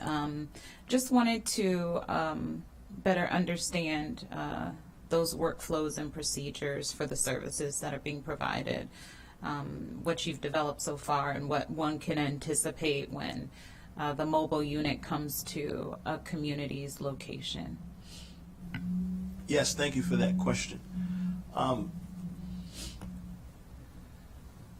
Well, before I get to workflow, as we engage partners, we are really flexible in how we identify and see patients. And so some sites, for example, would like to schedule patients in advance, Okay. and we can accommodate that. Some sites would like to have walk-up services, and we are able to accommodate that. And so we will operate in blocks, and so we'll operate in 2 4-hour blocks. Whether it's a walk-up or whether it's appointment scheduling, we'll be able to do that. We have an intake assessment. Okay. And so as you think about when you go to your traditional doctor's appointment, someone will check in with the driver clerk. We'll provide them with an intake assessment where they'll be able to identify the services that they would like to receive. If the patient would like to receive medical services, we have the phlebotomist medical assistant who would then room the patient. The patient will be roomed in that re-exam room, and we'll see the nurse practitioner or the medical provider in order to receive services. We have the nurse who will be doing checkout or any follow-up or care coordination. So if the nurse practitioner, for example, identifies that the patient is in need of some follow-up services, then the nurse will be responsible for ensuring that that message is made it to the community health worker so that the community health worker is able to follow up that patient to do any linkages to more long-term stable services. If the patient is in need of behavioral health services, we also have that particular track as well. And so, again, it would all start with the intake assessment, completing some basic questions, and then going in to see the licensed clinical social worker who would then initially assess the patient and then do some follow-up afterwards in order to ensure that that patient is connected to either long-term services or some short-term services. We provide telehealth. We will be capable of providing telehealth services. Good. And so any services that are not being provided on the van throughout a normal day, we are able to provide those telehealth services. Similar to oral health. So with oral health, there will be we're really pretty much taking our dental clinics and placing it on the van. And so the workflows that are kind of in the forms and intake assessments that we use within our county dental clinics, we'll be using those within the van. Everything will be done electronically using NextGen, our EHR system, in order to collect the data, in order to track patient outcomes, follow-up care, etc. And then post-visit. Post-visit is really where we have the community health workers and why we have kind of 2 nurses. So one of the nurses' sole responsibility will be around case management and care coordination. So working with the social worker, working with the community health workers on the medical aspects of the patient's care management and care coordination as part of the follow-up as we connect that individual to more long-term care, such as the Montgomery Cares clinics. So at a high level, that's what we can envision as kind of the workflow and how we will engage in triage and refer patients. Good. I'm glad to see that there will be an opportunity for residents who are seeking, healthcare, affordable, quality healthcare services within their community, probably have a myriad of other issues. And so I'm glad that there will be a social worker. Glad that there's going to be post follow-up care coordination to ensure that whatever, I'm not sure what's being asked on the screening, but hopefully if they need connection to SNAP benefits or, registering for health insurance. I know that we have high rates of uninsured residents in our county, and so making sure that all those things are assessed if they need access to VITA programs. So hopefully it'll be stocked with resources by the time it gets here, and we're just anticipating some of the other needs that will rise. I was looking at, since dental services are going to be provided, I know that the last time, or at least the last report that I've seen on evaluating dental care in this county from the community's perspective, the last report I saw was from 2017. How are we evaluating the care that's being received in our dental clinics by our residents? That's a great question.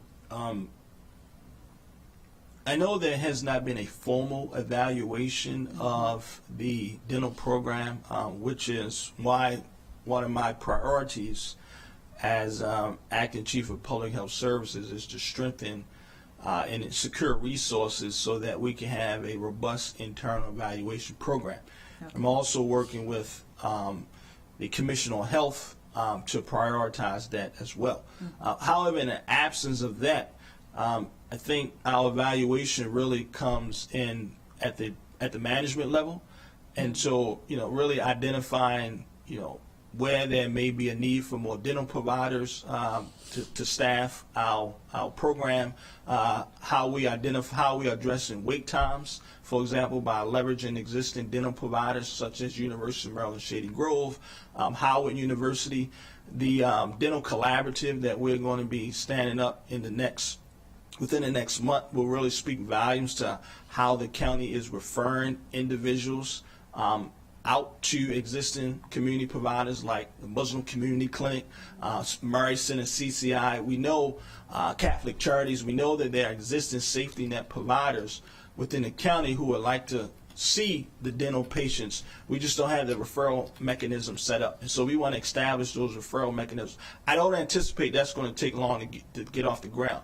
We're moving expeditiously by hiring an outside consultant to come in and kind of lead that work and convene our partners. So yes, we do need a formal evaluation. I think the continuous quality improvement is something that I continually talk to our dental director about and our dental team about on a weekly basis, and we look to adjust and pivot and leverage community partners as we are able to. Yeah, I think it's great that you are doing some evaluations with your providers, but the real impact and understanding of the services comes from the people receiving those services. Are they adequate? Are they being treated fairly? Are they being treated with dignity when they come into these facilities? Are they being properly referred? Are they properly evaluated and screened for any additional needs? That comes from the patients. And unless they're doing an exit survey, I don't know how effective the provider's self-evaluation is. And so that's the sort of report that I'm looking for, since we haven't looked at that since 2017, post-pandemic. We know how the dental health of someone can impact so many other areas of their life, how they access healthy foods if they do not have the mouth and the healthy mouth to process the food. So, and all of the other diseases that can come from an unhealthy mouth, and an understanding of health literacy with their dental care. And so I really want us to pay close attention to updating this report and ensuring that if we're going to be allowing residents to get post-care from this mobile clinic, we have dental clinics in the meantime. We should be evaluating the care that they're receiving so that when we go into communities and we're investing in this new infrastructure, that we are doing it the best way possible with the best intentions and the best understanding, because we're hearing from the people who are receiving this care, not just from the providers, but the patients. Yes, thank you. And I will follow up with your office on a timeline for us updating that 2017 evaluation for dental. Thank you. And then I will also follow up to, I believe we do a patient satisfaction survey, but let me just double check, and I will follow up with your office as well. Thank you, Dr. Rogers. I yield. Thank you so much, both of you. So we've been joined by our colleague and friend, Councilmember Jawando, who is here to talk about the third item on the agenda, which we will get to in a moment. But before we wrap this up, just two quick points. One, very excited about the Dental Collaborative. Want to follow up on Councilmember Sales' questions. I would like to ask that you all be prepped sometime this spring for a session on the Dental Collaborative, so that we can, target that conversation, because we've all been interested in it. Our friends at Action in Montgomery have done exceptional work in coordinating in the community and building some energy around this. And of course, we know about the Mary Center and the exciting work that's happening between HHS and them. So there's a lot of good things happening, and I really just want to thank you, Dr. Rogers, publicly. I know this has been a priority of yours in particular, and it looks like a lot of good things are coming together. The moons are aligning nicely. Last point before we go to the next item is I've had the opportunity to see in action.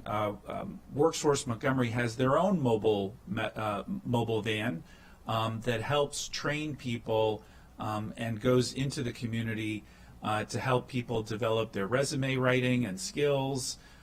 They help go over interview training, and they do a lot of things on site and provide a job coach on site that is truly extraordinary. And I think that it would be a wonderful partnership once we do have our mobile medical unit to see when we might be able to align those services, because we know they're inextricably linked and impact public health as a whole. So, because we have too many people that are underemployed in Montgomery County, not just unemployed, but underemployed. And so that leads to health disparities as well. But thank you so much for that update, and we look forward to more work. All right, so the last item on the agenda this morning is to get an update on the Guaranteed Income Pilot Program. I do once again want to welcome my friend, Councilmember Jawando. He and I, and frankly our team and our staff, did a lot of heavy lifting in the development of this critical initiative. And actually we were visited by the Secretary of Health earlier this year when he was newly appointed within the Moore administration and Human Services, Department of Human Services. But one of the things that he was most excited about was this particular income pilot. And so, Ms. Treadvance, I want to thank you. You've done an excellent job along with your team, continuing the momentum that we've built in the establishment of this really important program. This program has received national attention. And it is one of the initiatives that, frankly, I'm most proud of in my first term, getting this off the ground in partnership with Councilmember Jawando. So I will yield to Councilmember Jawando to make some opening comments before we jump in. I'm putting him on the spot, but he doesn't mind. He's good on his feet.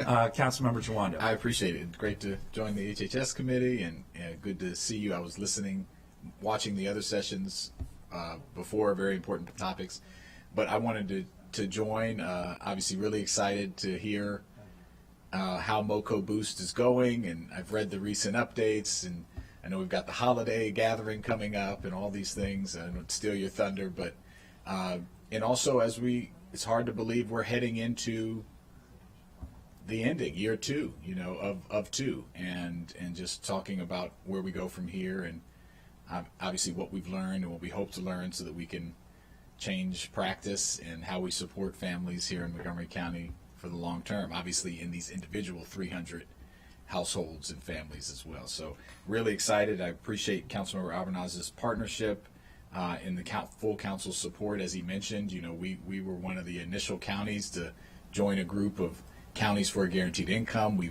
were the first county that I'm aware of that had signed up for a guaranteed income pilot. We were the first in the state of Maryland to do it. Baltimore City has a pilot, and now I know Prince George's County just last week announced that they're going to be doing a program. So it's just really exciting that we're on the cutting edge of supporting our families, and excited to hear about how things are going. So thank you, Councilor Robbins. Thank you. Ms. Clemens-Johnson, I'm going to ask you to just tee this one up, and then we'll turn it over to our colleagues in HHS. Sure thing. Thank you so much. So we are here today to receive an update on our Guaranteed Income Pilot Program. As you noted, that Montgomery County was one of the first, in Maryland, the first Guaranteed Income Program to launch. It initially began with an appropriation in December of 2021. The program started in January and did recruitment. Applicants were directly invited to apply. The program standards were that we were going to take up to 300 people. Those clients or participants would receive $800 a month.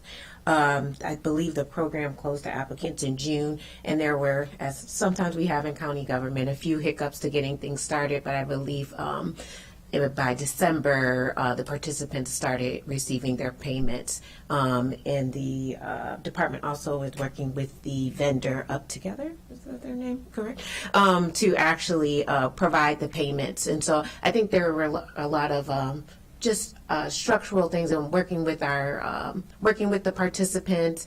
Up Together uses a online platform to actually put the money into the account and make sure that's transferred to the participants. So they all had to establish bank accounts, and so I think there's also just some hand-holding that the department had to do and counseling, which is just helpful in general for helping those folks just learn how to navigate systems and residing here in the county and accessing all of the other programs and resources that we have. So with that said, I'll let them get into the weeds and talk about the details of the program. Thank you. And just really quick, I failed to mention, and I should have, that our philanthropic community, and in particular the Yes. Community Foundation, has been a tremendous partner. And I really want to publicly thank Anna Hargrave and a number of people in that space who brought this opportunity to our attention several years ago, actually.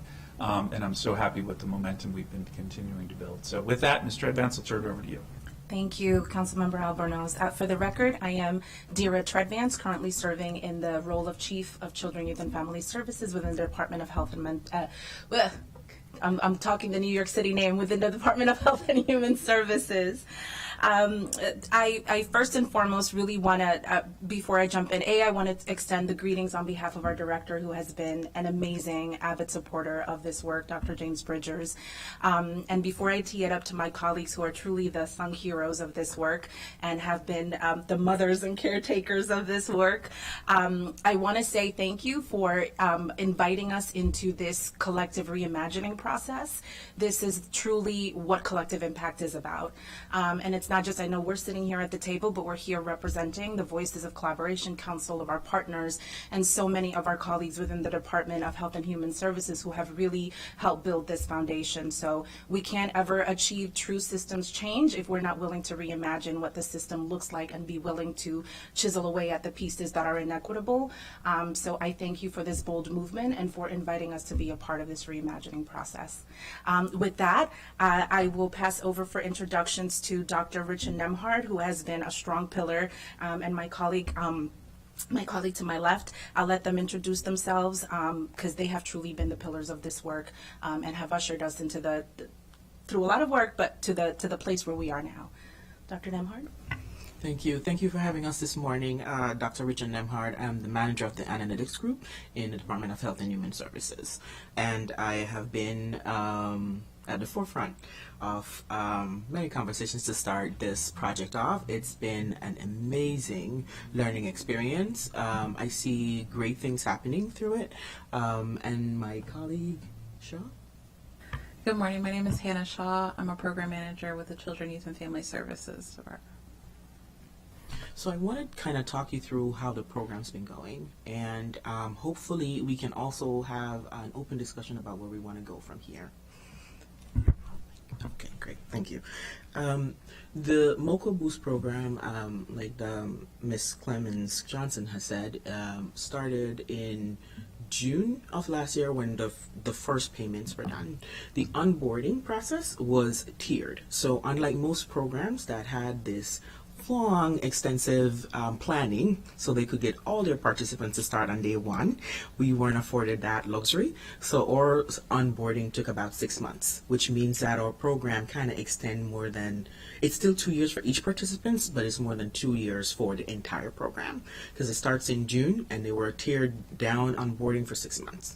What we're looking to do for this program when we start, next slide please, thank you. We're hoping that the onboarding that we did, which was a one-to-one kind of onboarding with our participant, would match our offboarding process. Our offboarding will start 6 months prior to offboarding of our customers. We will actually sit with each participant, figure out what is going on with them while we're doing the offboarding process. So we'll do a 6 months follow-up, a 90-day follow-up, and a 30-day follow-up to make sure that it's not just the program is ending by, right? We want to make sure that people are tiered off the program appropriately and to address any gaps or needs they might have, considering that this program might end. So one of the things that we're going to do in the offboarding process is that we will make sure that we do a cliff analysis with someone. So now that there's an $800 gap in your finances, finance. What does that mean for you?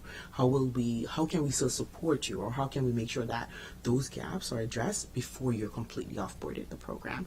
And that's really important, because we realized that when we were doing the onboarding, that one-to-one, although it was during COVID, was very important. It was a good touch, a warm touch for families, and they've been able to stay in contact with our coaches. So we didn't have case managers. We had coaches throughout the process. And throughout the process, we have these coaches that follow up with families monthly, quarterly, with all the families, and making sure that they're connected.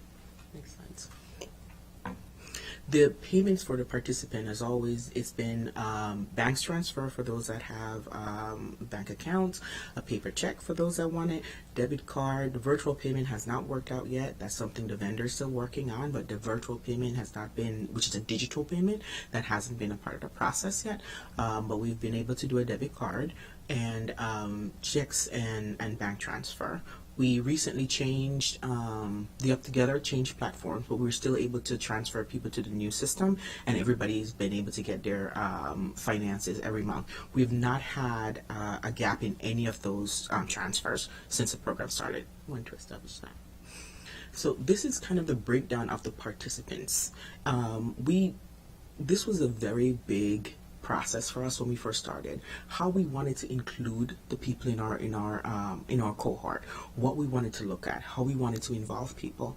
This is the people that came out of the 300. 100 of the participant was from the Services to End and Prevent Homelessness cohort, which is the individuals that were in the rapid rehousing program, and 200 of those participants were also from a larger cohort that was tiered in single income households, intergenerational households, and families with children under 6, and younger individuals and older individuals. We really looked at our data and made sure that those pieces were included in how we selected this participant, because we didn't have an open application process. And we also made sure that the people that actually were going to be a part of this program were also represented in the high vulnerable need areas of our county. And that you can see on the bottom where the zip code needs are. So we were matching purposefully on how we were addressing the population. There's also a fact sheet that was provided, that was done by Urban, that break down a lot more detail on how the participants are then represented in Montgomery County in terms of unemployment and other pieces. Of course, engagement and support has been critical throughout this process. We have 4 bilingual coaches that represent the population that's actually in the cohort. So there's an Amharic speaker, Spanish, right? So all the individuals in the cohort have access to actual individuals that understand and translate their languages. This was very important, because what we realized when we onboarded participants was, even though you said you understand and spoke English, when we talk finance, you understood that in Amharic, and that was important to get across. So that's why I think the bilingual coaching was very, very important, that we were addressing the equity issue around actually communicating to someone within their language. So far, we have about 294 fully participating participants. We've had a few issues with about 6 participants. We had a participant that deceased, sadly. We had one person that was affected just by being in this program, and that was someone that's associated with HUD. So their housing voucher, because of this, the $800 was going to be affected, and they chose to withdraw from the program. We do have a hold harmless fund that we were going to assess for this family, but they chose to withdraw before we were able to do that. So we do have contingency for people that would have been potentially affected. For the others, what we've had is we've had 2 people that we just cannot get in contact with, and then 2 others that have been justice involved.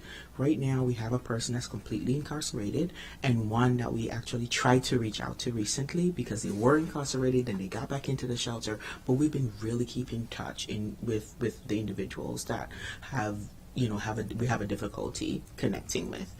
We've reached out to the shelter. We've made sure that we reach out to anyone that we know have touched them. That's one of the things about the integrated work that we do in the department really showed up in this space, because I was able to kind of connect with a person. It's like, if you see this person at all in your space, please connect with us. And that was actually able to help us connect with our one of our participants. So right now we have about 294 fully engaged individuals, while 6 is still in flux. Next slide. There hasn't been, like I said, any consequences or unintended consequences from being in this program. One of the major reasons is because we were able to secure a lot of waivers from the state. So the SNAP program, TCAT, DAP, childcare, all those programs, and of course all the county programs, those have been waived. So we haven't had anyone have any unintended consequence by being in this program. No one have chosen also to be unemployed because they've been in this program. Everybody that had their job still has their job today. So there hasn't been any real consequences. We've also not been able to use the Hold Harmless Fund like we would want to. That's also another thing that I would like to assess, like after, if we decide to do something else around this program. The evaluation has been an interesting start for us, but we're rolling along. We've had our first evaluation on the actual population and how they reside in Montgomery County and how that population sits in Montgomery County first, and now we're working through other parts of the evaluation with Urban around the actual perspective of the participants. There's been some challenges with procuring the contract for the evaluators, but at this point we're looking, it seems as if we're getting to the point where that's going to be a lot more smoother going along. We've got a little bit of hiccup, but we're working through that now. But we're still hoping and on track to make full evaluation of this program before it's ended. For this fiscal year, we're looking to spend about $4.4 million for the entire project, with the Meyer Foundation supporting us with $303,000 and the Greater Washington Community Foundation with about $838,000 into the fund for FY24. Recommendations, of course, one of the biggest recommendations that DHHS supports is that whatever future we want for this program is that we use the evaluation and what comes out of that to determine how we lead the next iteration of this program, or if that HHS or whatever entity is the right fit. I've been exploring other areas and been looking at other pilots for GI that's been coming up, and they've been using different outlets to do these programs, and that's something that we at DHHS would like to evaluate if for future. There's also we didn't quite establish financial counseling for the participant. That's also something that we would like to support in the new iteration as a part of the mechanism of the work. The idea behind the financial education was really supposed to have been through the financial institution. We want to make sure that is in place for the next iteration, because there are entities that do the transfer, that also do financial support and financial education for a participant. We'd like to make sure that's in place for the next iteration of the program. And I will take any questions at this time. Thank you. If I may just add one more thing before we pivot over to Q&A, and an additional consideration for the recommendations piece is, as I referenced before, this is a systems change effort, right? And in considering how the next iteration of this program or the expansion of this pilot would look like, we would need to consider what other intersecting components of the system subsequently need to change. What made HHS a key partner in this is our ability to be able to go and petition for waivers, which makes us a great partner, but consideration in the future whether this should live with us or an institution that is more suited for that body of work, but we would remain partners. However, as you saw, that one person did have to withdraw because it impacted their HUD funding.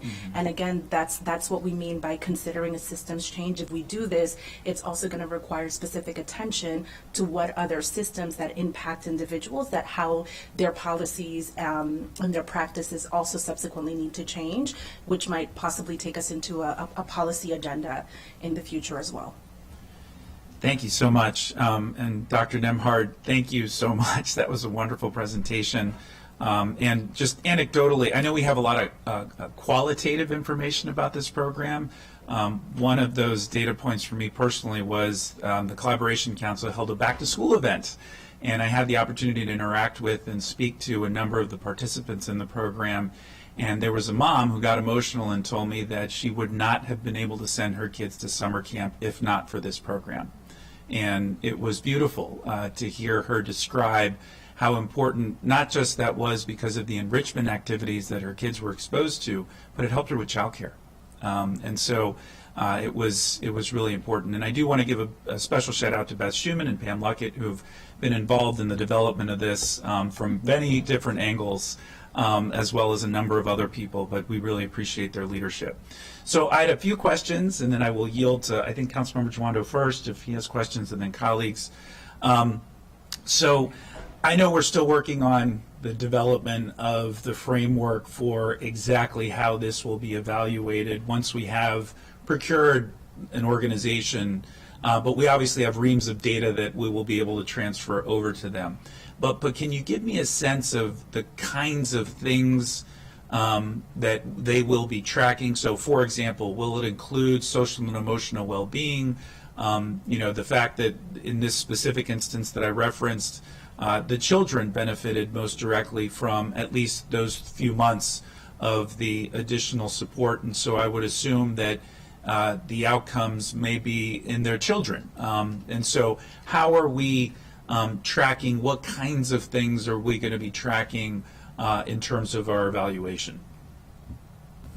Sure. Thank you for that question. We're going to be looking at the social emotional perspective of the participants. We're also going to be looking at the housing stability because of the cohort of the housing. We're going to be looking at the financial piece around the participant. On the qualitative side, we're going to be asking participants a lot about their situation and how that improved, how did it improve, their perception of being in this program. So the family and the unit will be assessed as a part of the process for the evaluation. There'll be a qualitative space and there'll be a quantitative evaluation that's going to be done. And that's going to be done, the qualitative piece, unfortunately, is going to be more towards the end of the program. Mm-hmm. The results are going to be more towards the end of the program because we're going to be assessing it in quarterly levels. So your experience within the first 6 months, the first night, after the first year, what is your feeling now towards the end? So we're going to be assessing the family and their unit and their stability and their perceived ease after getting this program during that time. That'd be great. And I'd love to track also, and we've always made clear this is a complement, not ever intended to replace the wonderful social service network that we have. This just helps bring that up and expand and leverage the resources we're already providing.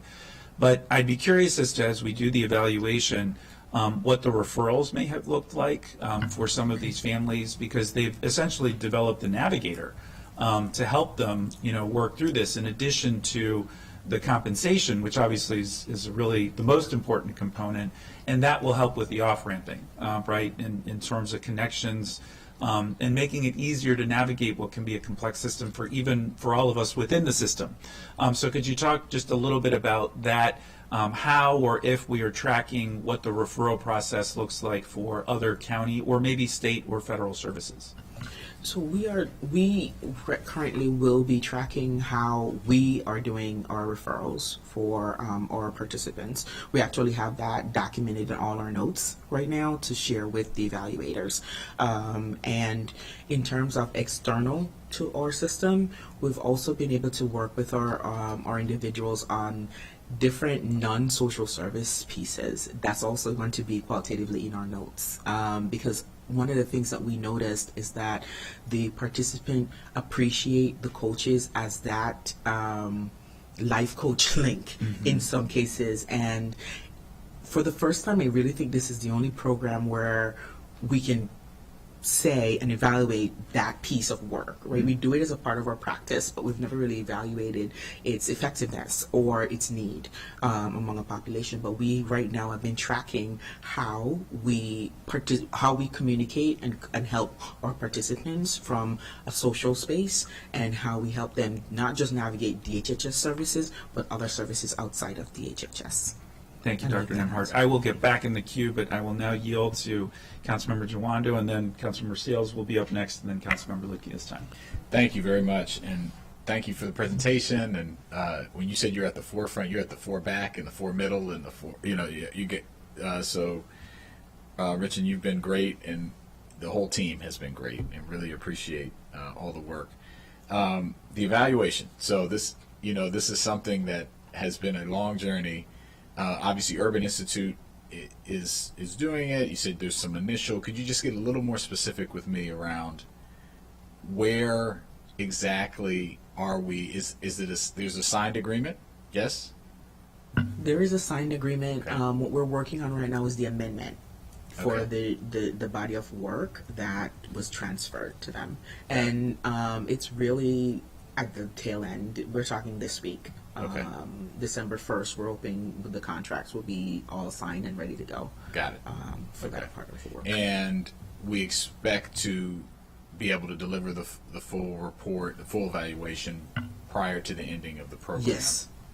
I am committing to that. Yes. Yeah, well, or at least around the ending of the Oh, program. yes, it right? will. Yeah. So one of the things about the evaluation that I also want to note is that there's going to be a small longitudinal after the program ends, where we're trying to contact and connect with participants about 3 months later to see what where that's they like. are. Yes, Yeah. to see Okay. what that's like. So Yeah, and I think that's good. I mean, there's the thing about this is, as we've discussed throughout the last several years, there's so much to learn here and to inform how we want to use the information to change systems, right? And obviously, I think the good news is that our pilot and other pilots across the country, the stimulus, the child tax credit, other types of programs, that they show that when you give people who need resources, they're going to use it for things that they need, and it's going to help improve their quality of life, whether it be summer school, or I talked to some of our participants about someone's using to pay for their minivan so they can get their kids around to and from school, or helping with their rent. Go down the list.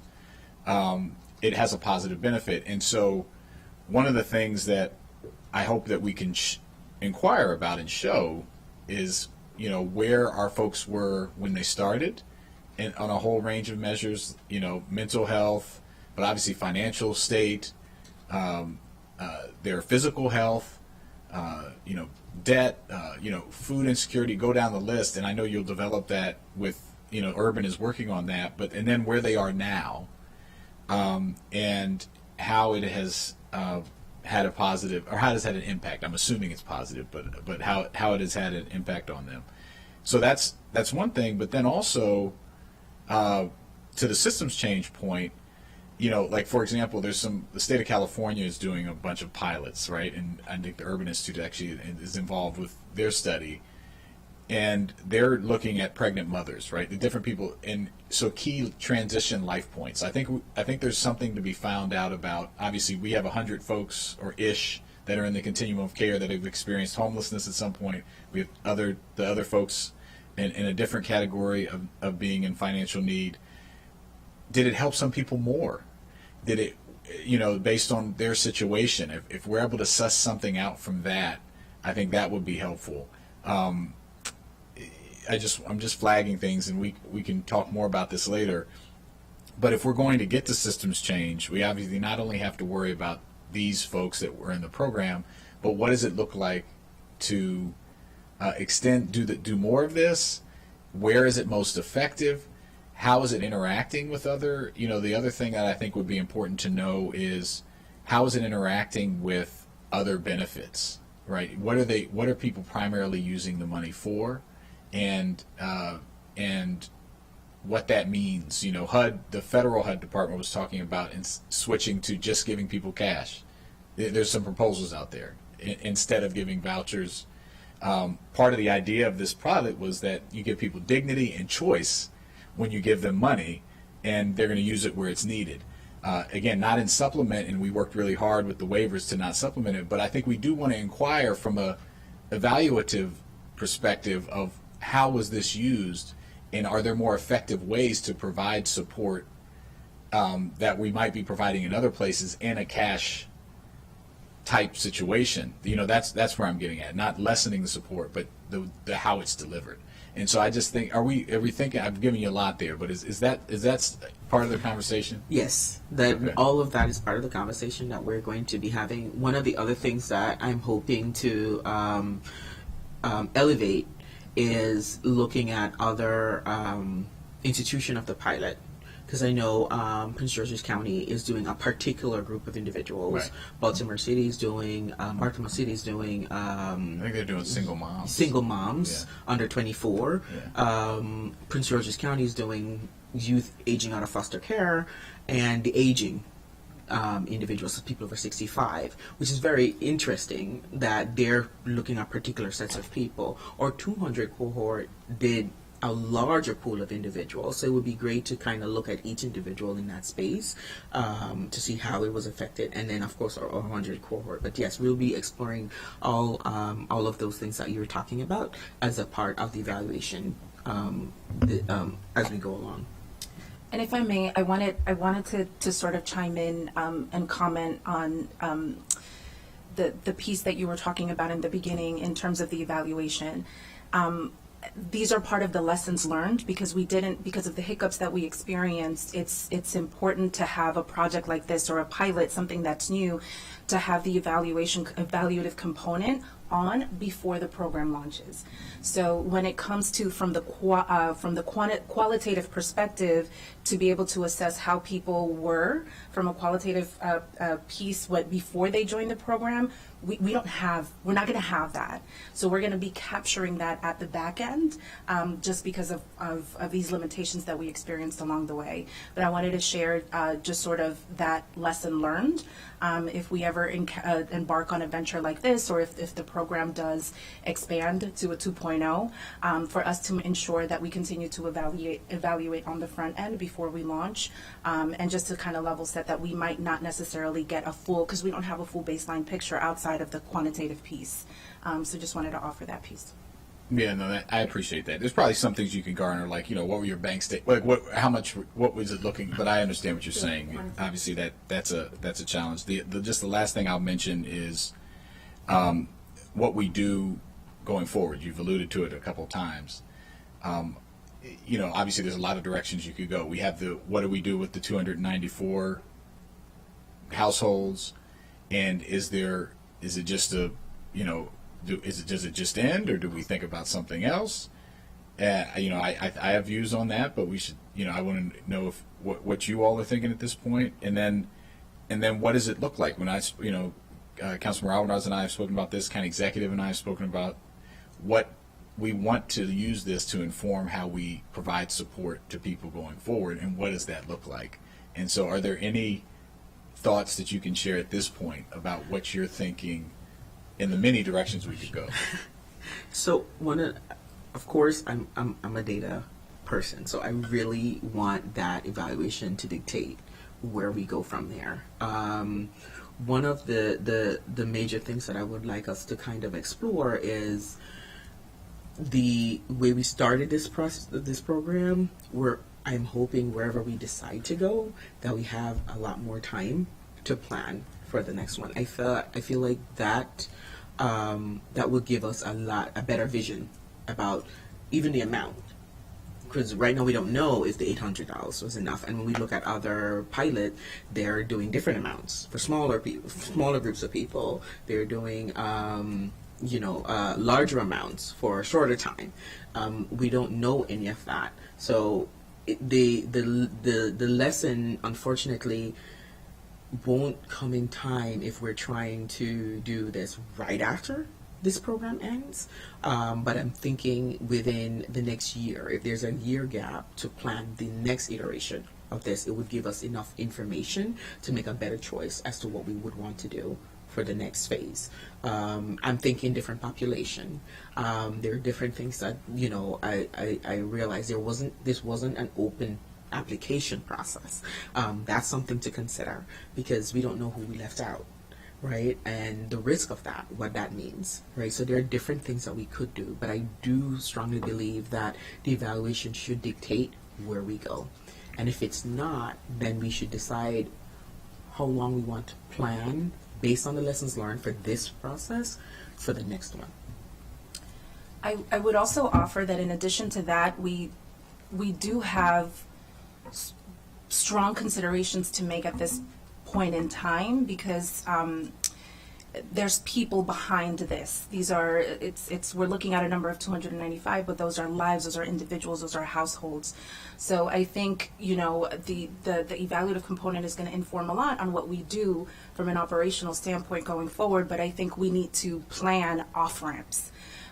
So that how are we working, and I don't necessarily know exactly how that looks like, but that's part of our considerations on, regardless of where the future of this program goes. We can't just say, hey, your money's going to be over now. Like, people have depended on this. This has been a critical piece of the function of a whole family system, and we need to give critical consideration to building in the necessary off ramps so that families could continue to sustain themselves. Right. Yeah, and that's where I was going to. It's a two-part question, and that's the whole harmless fund is how much is that a separated, segregated fund that has money in it? Yes, and it was kind of the unused piece that So how much so we is still that have. now? I will have to get back to you on the exact figures for Okay. that, because we were going to do. So still we have 294, so we'll have some money, right? So people who didn't use some of the funds, Right, sure. that would also be a part of that fund Okay. itself. But I also wanted to be clear that we do have a 6-month off-boarding process.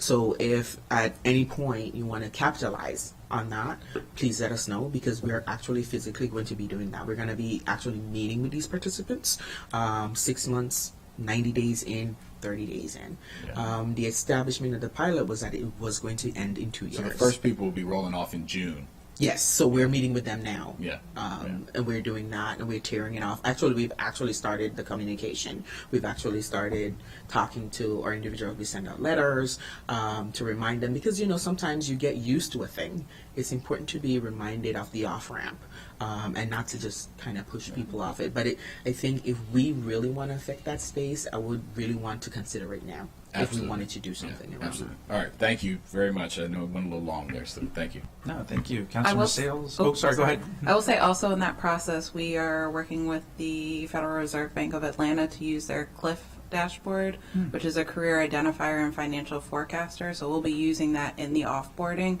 so they can actually see in real time what their finances will look like as the pilot ends for them. Thank you so much. Councilmember Sales, followed by Councilmember Lutke. All right. Thank you so much for the update. I was so excited to see this program launch right before we joined the council, and glad to see it's progressing well. Understanding the self-sufficiency standards for Montgomery County and the work that you're doing. You know, I recently served on a panel with Interfaith Works, and we're talking about the homeless population, and you know, I noticed that one person had to withdraw from the program because they lost their housing voucher. And so while this program is providing a hand up, I wanted to get more information and understanding on how we are setting the participants on to a road of self-sufficiency.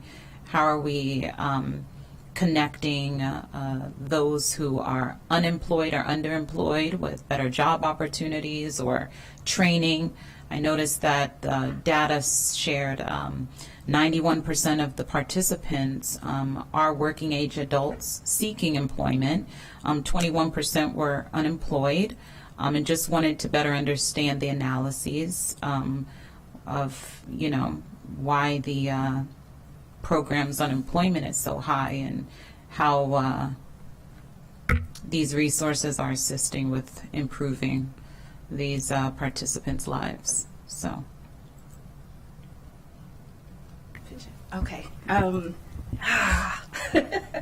So when we use the term self-sufficiency, it's very tricky. We intentionally stayed away from it because systemic inequities don't necessarily work in that way.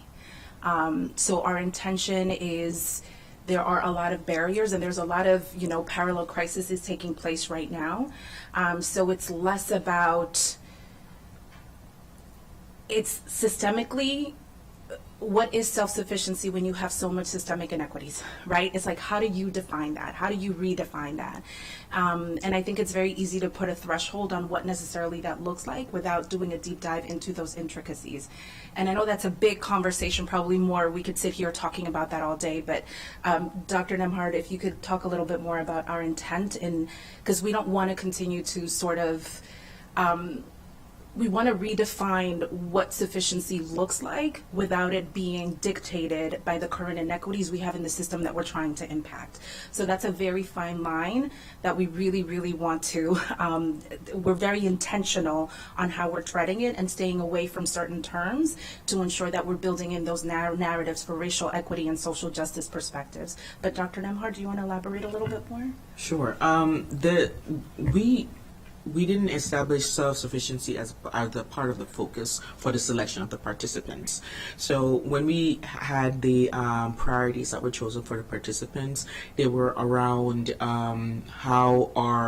what shows up in our space from our individuals. So the single individual, the single income mothers, families, homeless individuals, homeless African American individuals. So we weren't looking at self-sufficiency per se as a part of the focus for the selection. When we did the evaluation on, okay, after the participants were chosen, this is how it played out in terms of Montgomery County and how they look to the rest of Montgomery County. And we purposefully did that because we wanted to be transparent about, okay, these are the people that's in our system, these are the people that's navigating our work, our services, and this is how they're represented in the rest of the county. In terms of self-sufficiency, that's something we can definitely consider as a priority focus for our next iteration and be more purposeful around. So I don't expect you to be seeking out people who, are doing well for this program. But I would expect that people who are receiving government funds and who are benefiting from a program in Montgomery County that has set the self-sufficiency standard, that has done deep analyses to update those self-sufficiency standards every year, that we would want people who are getting a universal basic income to understand what self-sufficiency is and how to get there. Part of, living in such a rich county of resources is taking advantage of those resources. And this isn't a foreign concept.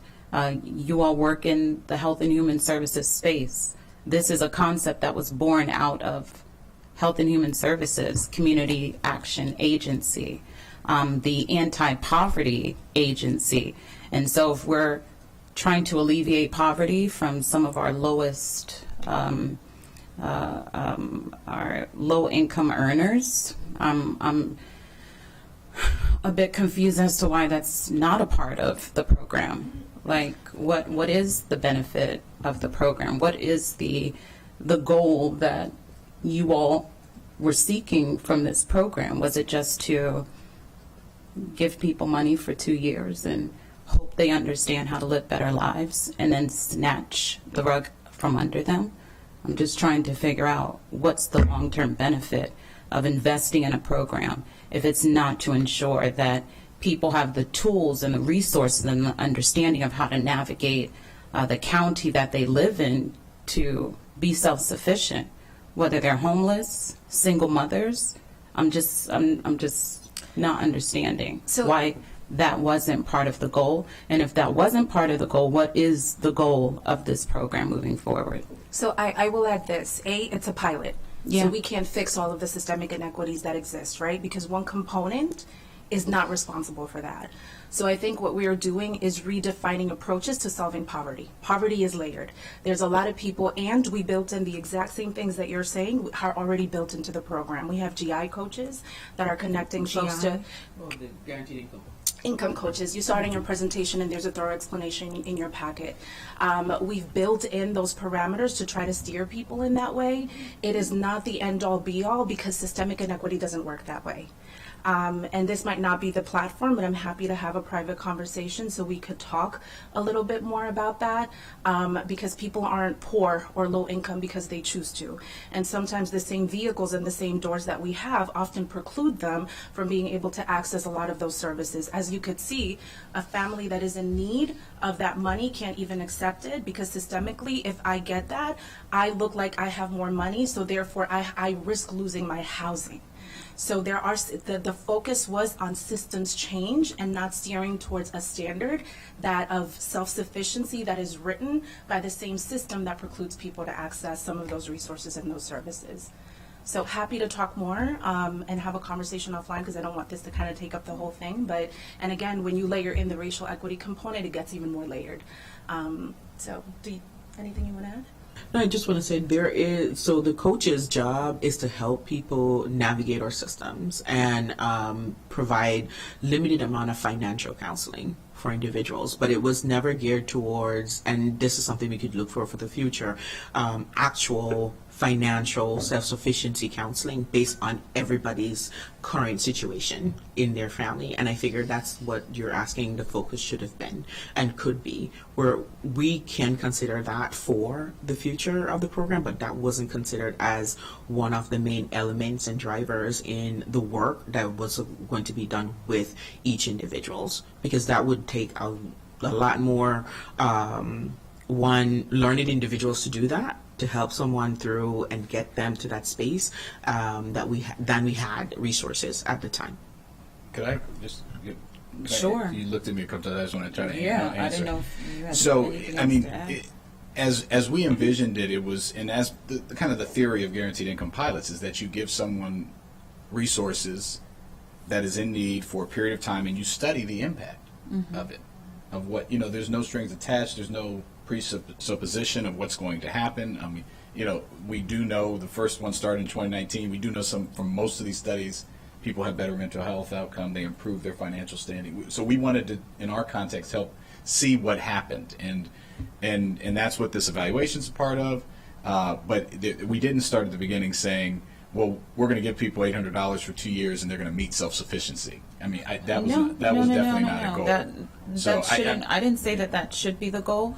But if they don't even have an understanding of what self-sufficiency looks like in this county and what they should be doing, what they could be doing, what the opportunities are that do exist, workforce development opportunities, training opportunities, financial literacy opportunities. I mean, I'm not sure what these guaranteed income counselors are meeting with them to discuss. What are they evaluating? Some of those We things. could follow up, and there's more detail Okay. in your packet. One of the things that I would also state that I think as representatives of government and the public sector, both on your side of the bench and ours, I think it's important for us to also be mindful not to put the onus on individuals to pull themselves up by their bootstraps. Right? Because again, that's not taking account to what isn't working. Again, bringing it back to systems change. We have policies that are structurally violent. We've built the thing, but then we build parameters that preclude people from being able to access some of these very things that are conducive for somebody to be self-sufficient. It's not easy for certain populations to be able to access. We've done our part. We've done that level of education. We continue to work with communities, but I think it's important for us to flip the narrative and take accountability that it's not just on an individual level for folks to be able to be responsible for their own wealth building and pull themselves out of poverty, because it doesn't work that way. Our lives are puppeteered by a lot of elements and influences that we cannot control. So it's a yes and. So it's not to disagree with necessarily I think we have different philosophies which we could talk about, but it's not necessarily to disagree, but there's another side to the script that also needs to be considered. Well, I just think that if we are supporting a government-funded program that has developed self-sufficiency standards in a wealthy county, there should be an understanding of the context of where these residents live and what opportunities exist. I don't think there's anything wrong with showcasing opportunities to participants in this program, especially when 91% of these participants are seeking employment and 21% are unemployed. I think it's a disadvantage to have an opportunity where you are meeting with folks who are in a compromising situation and not take advantage of the wealth of resources that we have, especially given your role in the coordinating efforts of our youth and all of the resources that you have at your disposal. So if this program is going to be funded moving forward, I just feel like there has to be more guardrails and accountability within this program, shared accountability. I would also be curious to hear, maybe at a later time, council's plan to generate more jobs and also more opportunities for folks to be employed. I was actually just texting with the chair of the Econ Committee. So we will love to have that, and maybe I we would should love build for you to into the join. evaluation a conversation with council members. Yeah, see the how that can Office of inform your Workforce agenda. Development is right down the road in the county's Economic Development Corporation. It's housed right there. So at any point in time, Councilmember Sales, Yes. systemic inequity is not that simple to solve, and I think this is my last comment because I think we're sort of. We could do this all day, No, right? we won't But do this systemic all day. inequity doesn't work that way, and I think Okay. it's also not fair to necessarily put the responsibility of someone to again pull themselves up by their bootstraps to be able to pull themselves out of poverty. It's not a full disagreement with what you're saying, but it's a yes and the conversation needs to be ongoing. Dr. Namharana, you had something to say. No, I just wanted to be clear that any resource around any gaps in the individuals that we deal with, we actually share. So if someone is looking for a job, we help them with their resume. We help them with those things. We share all those resources. I don't know, maybe I wasn't clear on that, but we weren't purposeful, like, oh, you don't have a job, do you have these things? Like, we didn't have that approach. We left the account on the participant, right? If they needed help in those areas, we were there to help them in whatever way we can. We also physically shared any kind of resources that came across our run. I know recently we shared the last one on the incarcerated people who have records that they wanted to get expunged. We shared this information with our participant, and we met with each one of the participants who actually had these issues and wanted to navigate how to do that. So we do share these kind of information with our participant, but we kind of left the accountability and the independence on them to also use us as a resource. So it wasn't more like from the traditional case management tiered approach that you would normally go, okay, here's your situation, I am going to help you with this, this, and this. It was kind of a different approach with this participant. It's basically, we know your situation, you and I are very clear about what your situation is. If you need help in these areas, we are a resource. And a lot of the individuals did use us as a resource, but we did not focus on that, I need to get you to this level while you're in this program. And I think that's totally exactly agree. what you were I know saying. that that's not the goal, Okay. but if you are sharing resources about opportunities available in Montgomery County, part of those opportunities should include, this is the self-sufficiency standard. Whether you are at this level of meeting the self-sufficiency standard or you're at this level, this is what it is living in this county. So they have a broad understanding of what it takes to live in this county. And now that they have access to these resources, well, what can I do to get there? Now that I know what that standard is, what can I do? Now that I have this opportunity, what can I do to get there? Because if they're leaving the program and they don't have an understanding of what it takes to live here self-sufficiently, we're putting them back into an environment without that support, without that understanding. So if we're being selective about the resources, or we need to discuss what resources are being provided, we can certainly have that conversation moving forward. Thank you. Thank you. So let me say a couple things, because this is really important conversation. I really appreciate it. And I don't think anybody's wrong here. We're all sort of coming at this from different angles, different life experiences, different policy experiences. And every single person here and who's been working on this shares the exact same goal, and that's to provide as much support for everybody that's participating as we can. I just want to say a couple of things for context for colleagues. So we did try at the beginning to bring on board from the very beginning the evaluation component. For a variety of reasons, that didn't quite work out the way that we wanted it to, and so we're playing a little bit of catch up. But that doesn't, take away from the many benefits and a lot of the lessons learned that we've all learned through this process. This is an attempt to try something different, right? And I know Councilmember Sales and I have had many conversations about this, which she obviously gets and appreciates, and is all of us willing to and very intended to try something different as well. And I was trying to say this before, and I don't think I said it well enough. This is not intended to replace. It's intended to complement the other myriad of social services that we have available to folks. And what we have found in other parts of the country that have done this, what they have found is that oftentimes it provides just enough wiggle room financially for families to be able to do other things that they wouldn't have been able to do before that enrich their and their families' lives. So the summer camp model is a really good example of that, because that is a benefit. I'm sure there was some skill development. I'm sure that there was some social and emotional development, and it's difficult to perfectly quantify that, the impact of that camp on that child, but we know it had an impact. And so how does that connect to other potential services that we are providing?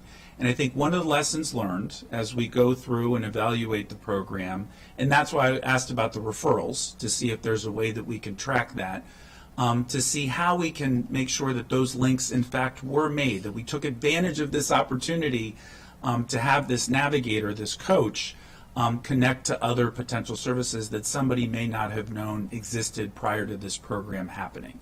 And so that is something that we're going to have to track closely, because that is the other ancillary benefit. But I think, the families that are in this sort of, know more or less what it does and doesn't take, because it's just they're facing challenges that we're all familiar with and trying to address in a myriad of different ways. And it will be interesting to hear directly from them, as in their voice, literally.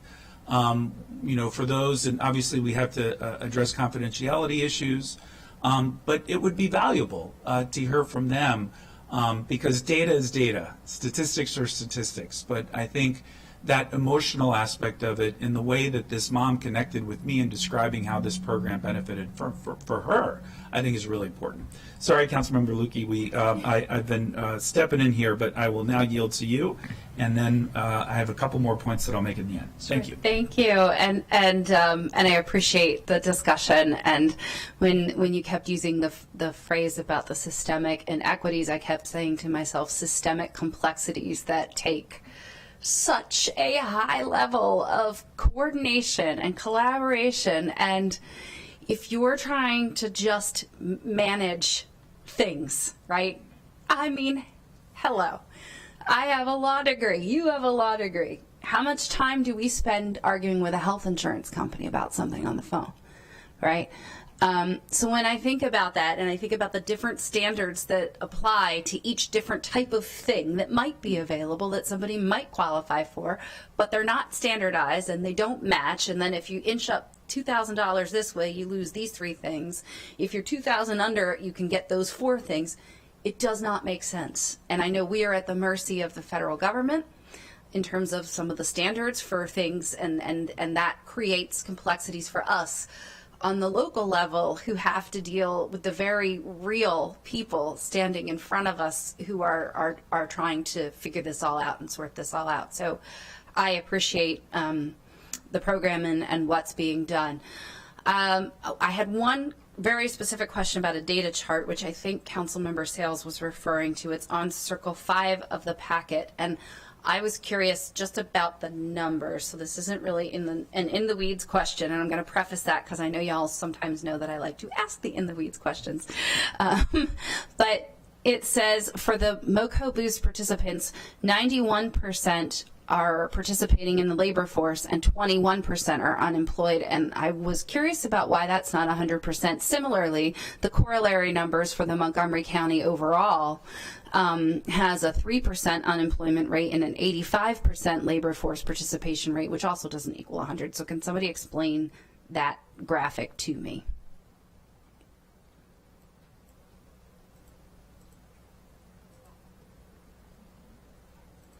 I was about to say it's the blue and yellow one, but you've got to print out, and that's not going to help you.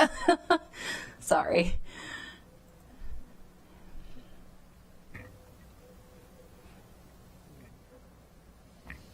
We could come back with a more in-depth analysis with you on that. That's totally Thank you for fine. pointing it out. That's yeah, great. I read the little, I read the Absolutely. source and I read the notes underneath, but then I went, okay, I'm still missing something here. Now, I do know that in terms of federal employment, it is challenging to discern because our UI data for the state does not include federal employees.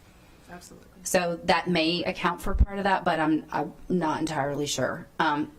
Then I wanted to pivot back to the evaluation challenges and understanding that there's, the whole procuring someone to do the evaluation. But and when I think about what this is, and my alma mater had a program run out of the School of Social Work like this.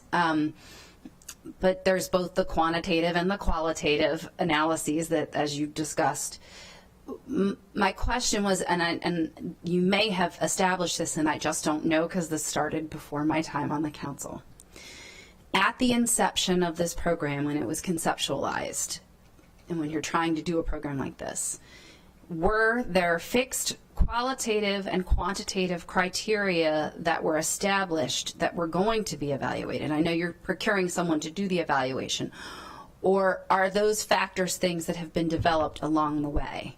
Because if you're trying, I'm wondering how do you determine if you didn't set the qualitative and quantitative criteria to be assessed prior to the launch?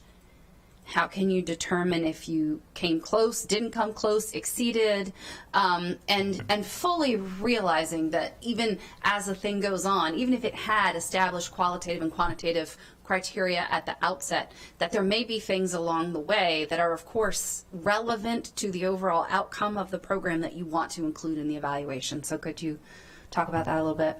Sure. We established a few qualitative. The reason why I'm at a loss is because there's a list that I don't want to miss anything, so I can definitely share that later. That's fine. Because that's in our contract. Okay. The focus, both for a qualitative and quantitative piece. Some of the qualitative pieces were broad enough where we would try to learn as we go along. Gotcha.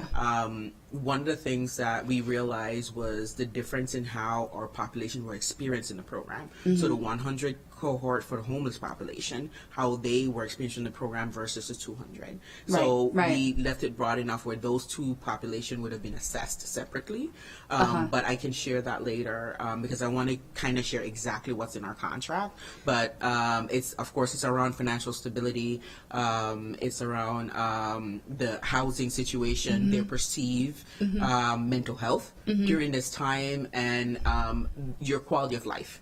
Your perceived quality of life. I know those pieces were in there, but I will give you that exhaustive list that I know is concretely included in our contract, and then I will share that later. Thank you, thank you, and I definitely, I mean, those are really important things because the overall success of this depends not just on financial security objectively. It really is subjective as to how you are feeling that this aided you, didn't aid you. Am I in a better place now? Am I moving forward in a different direction?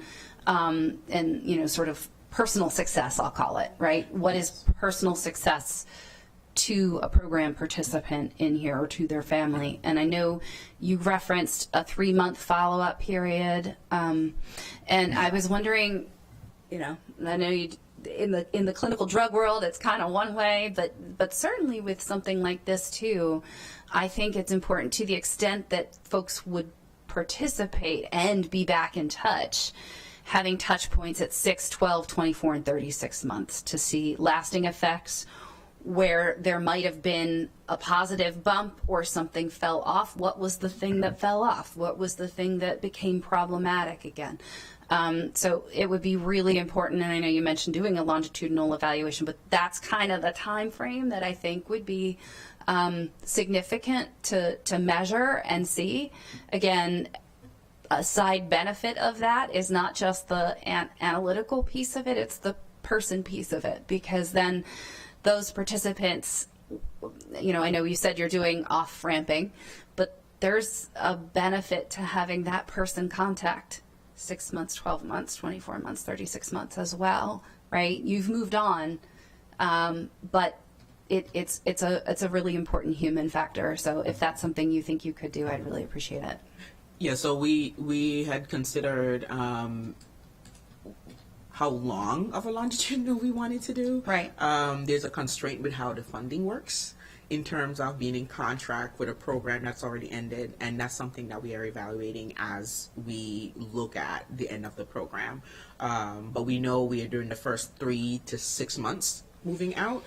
We didn't have anything after that, but we will consider contract-wise how we can get that vehicle in place as we move to the middle of the next fiscal year around the evaluation, because it definitely would be useful and would actually inform where we go with the next one also. And especially, I mean, I know you have 2 different sort of cohorts, if you will, but and this might be something where SEF picks up a certain portion of that subsequent contact, right, with prior the cohort that came to this program via SEF. You know, is there a way to partner within the broader DHHS to sort of divvy up the work, but work for common goal, if that's possible? So I don't know that that's something you can answer here today, but aspirational. And my last question is, with respect to the participants and where they are as they come in and then where they end up. Are there any things that you track related to educational attainment and pre-existing medical conditions that are impediments? Because we all know that's a big financial impediment. Debt that they had coming into this, which is part of how they ended up in that situation, and citizenship status, which can affect your eligibility for other things. So are those things that you are collecting to the extent that you're able to, or that participants are willing to share? Yeah, so those are pieces that we're working on right now. We did an initial survey before, but we didn't look at all those individual pieces. But on the next survey and the next touch point with a participant from a qualitative standpoint, we're working on the survey to extend that to those same pieces that you're talking about. Okay. So their mental health status, their financial status, their debt, all those pieces. Because when we first started the program, we hadn't had the evaluators, so we did kind of our own thing, but now we're working with the evaluators to create a more robust touch point for the participant. Although it's post, it will definitely, we're still going back to, if you could remember when you first started, what this was. So yes, we are collecting those in our next survey with our participants. Thank you.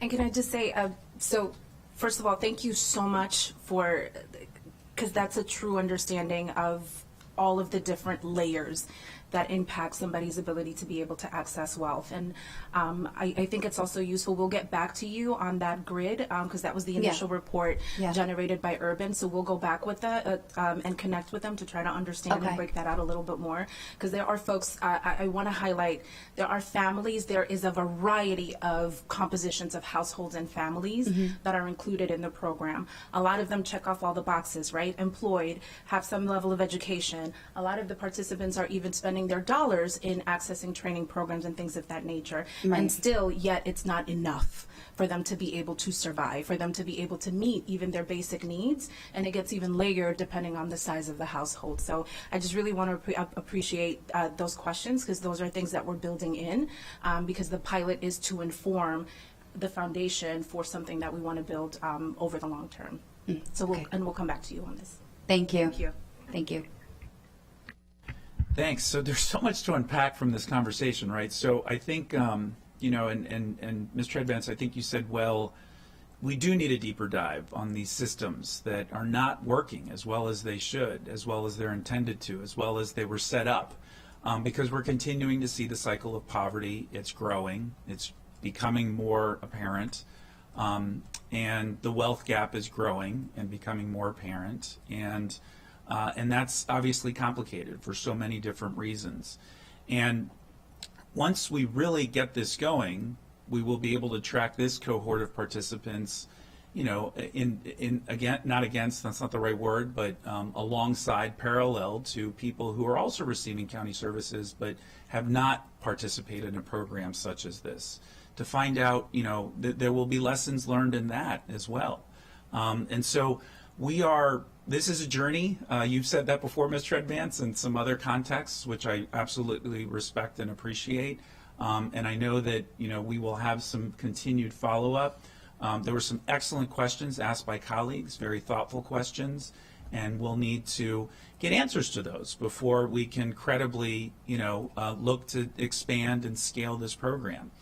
The number that was selected, Councilmember Jawando, to his credit, actually wanted a larger compensation number, but we chose to add more participants to the program rather than have fewer participants receive a larger amount. But that was, just sort of a guesstimate.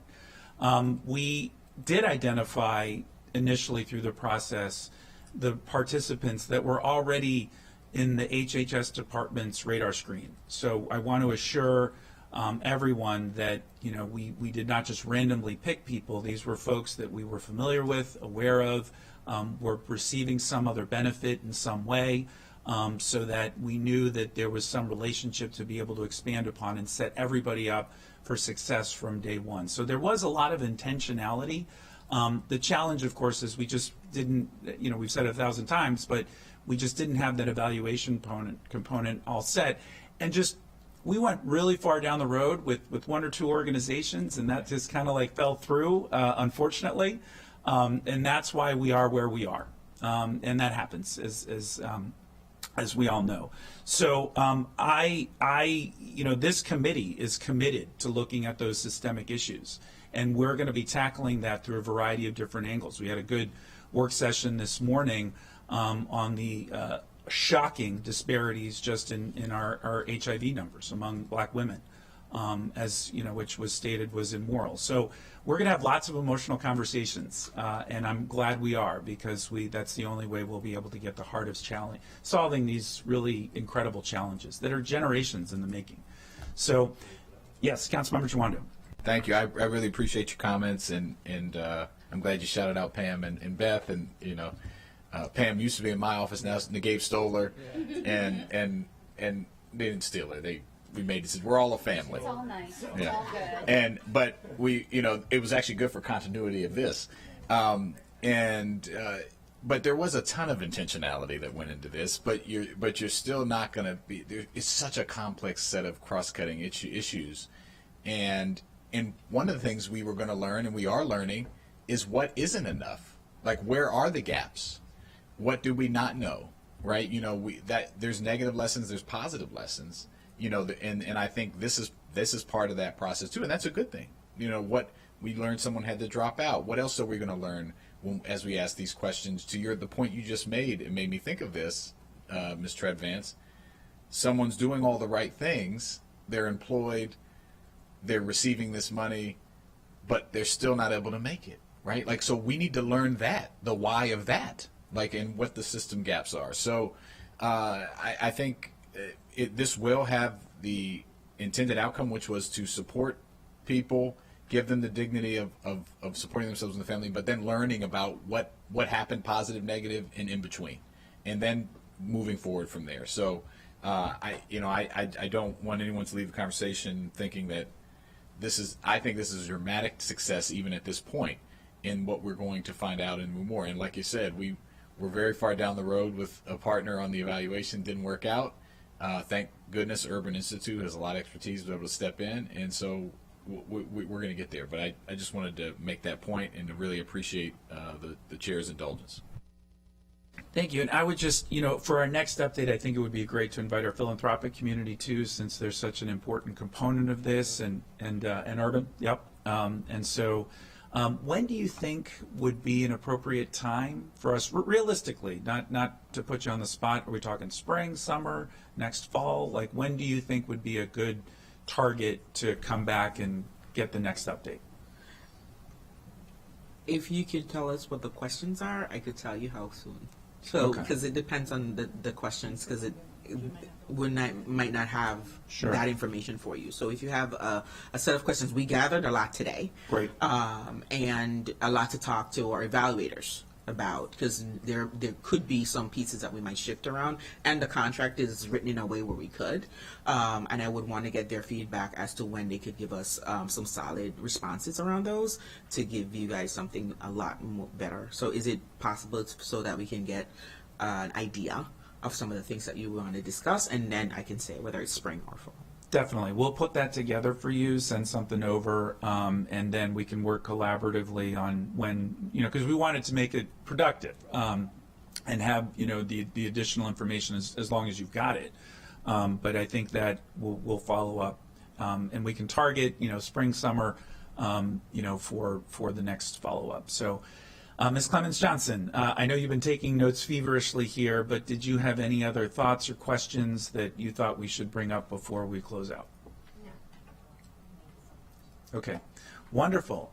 Thank you all very much. We appreciate you, and we will continue this very important conversation. And with that, our committee is adjourned. Thanks a lot.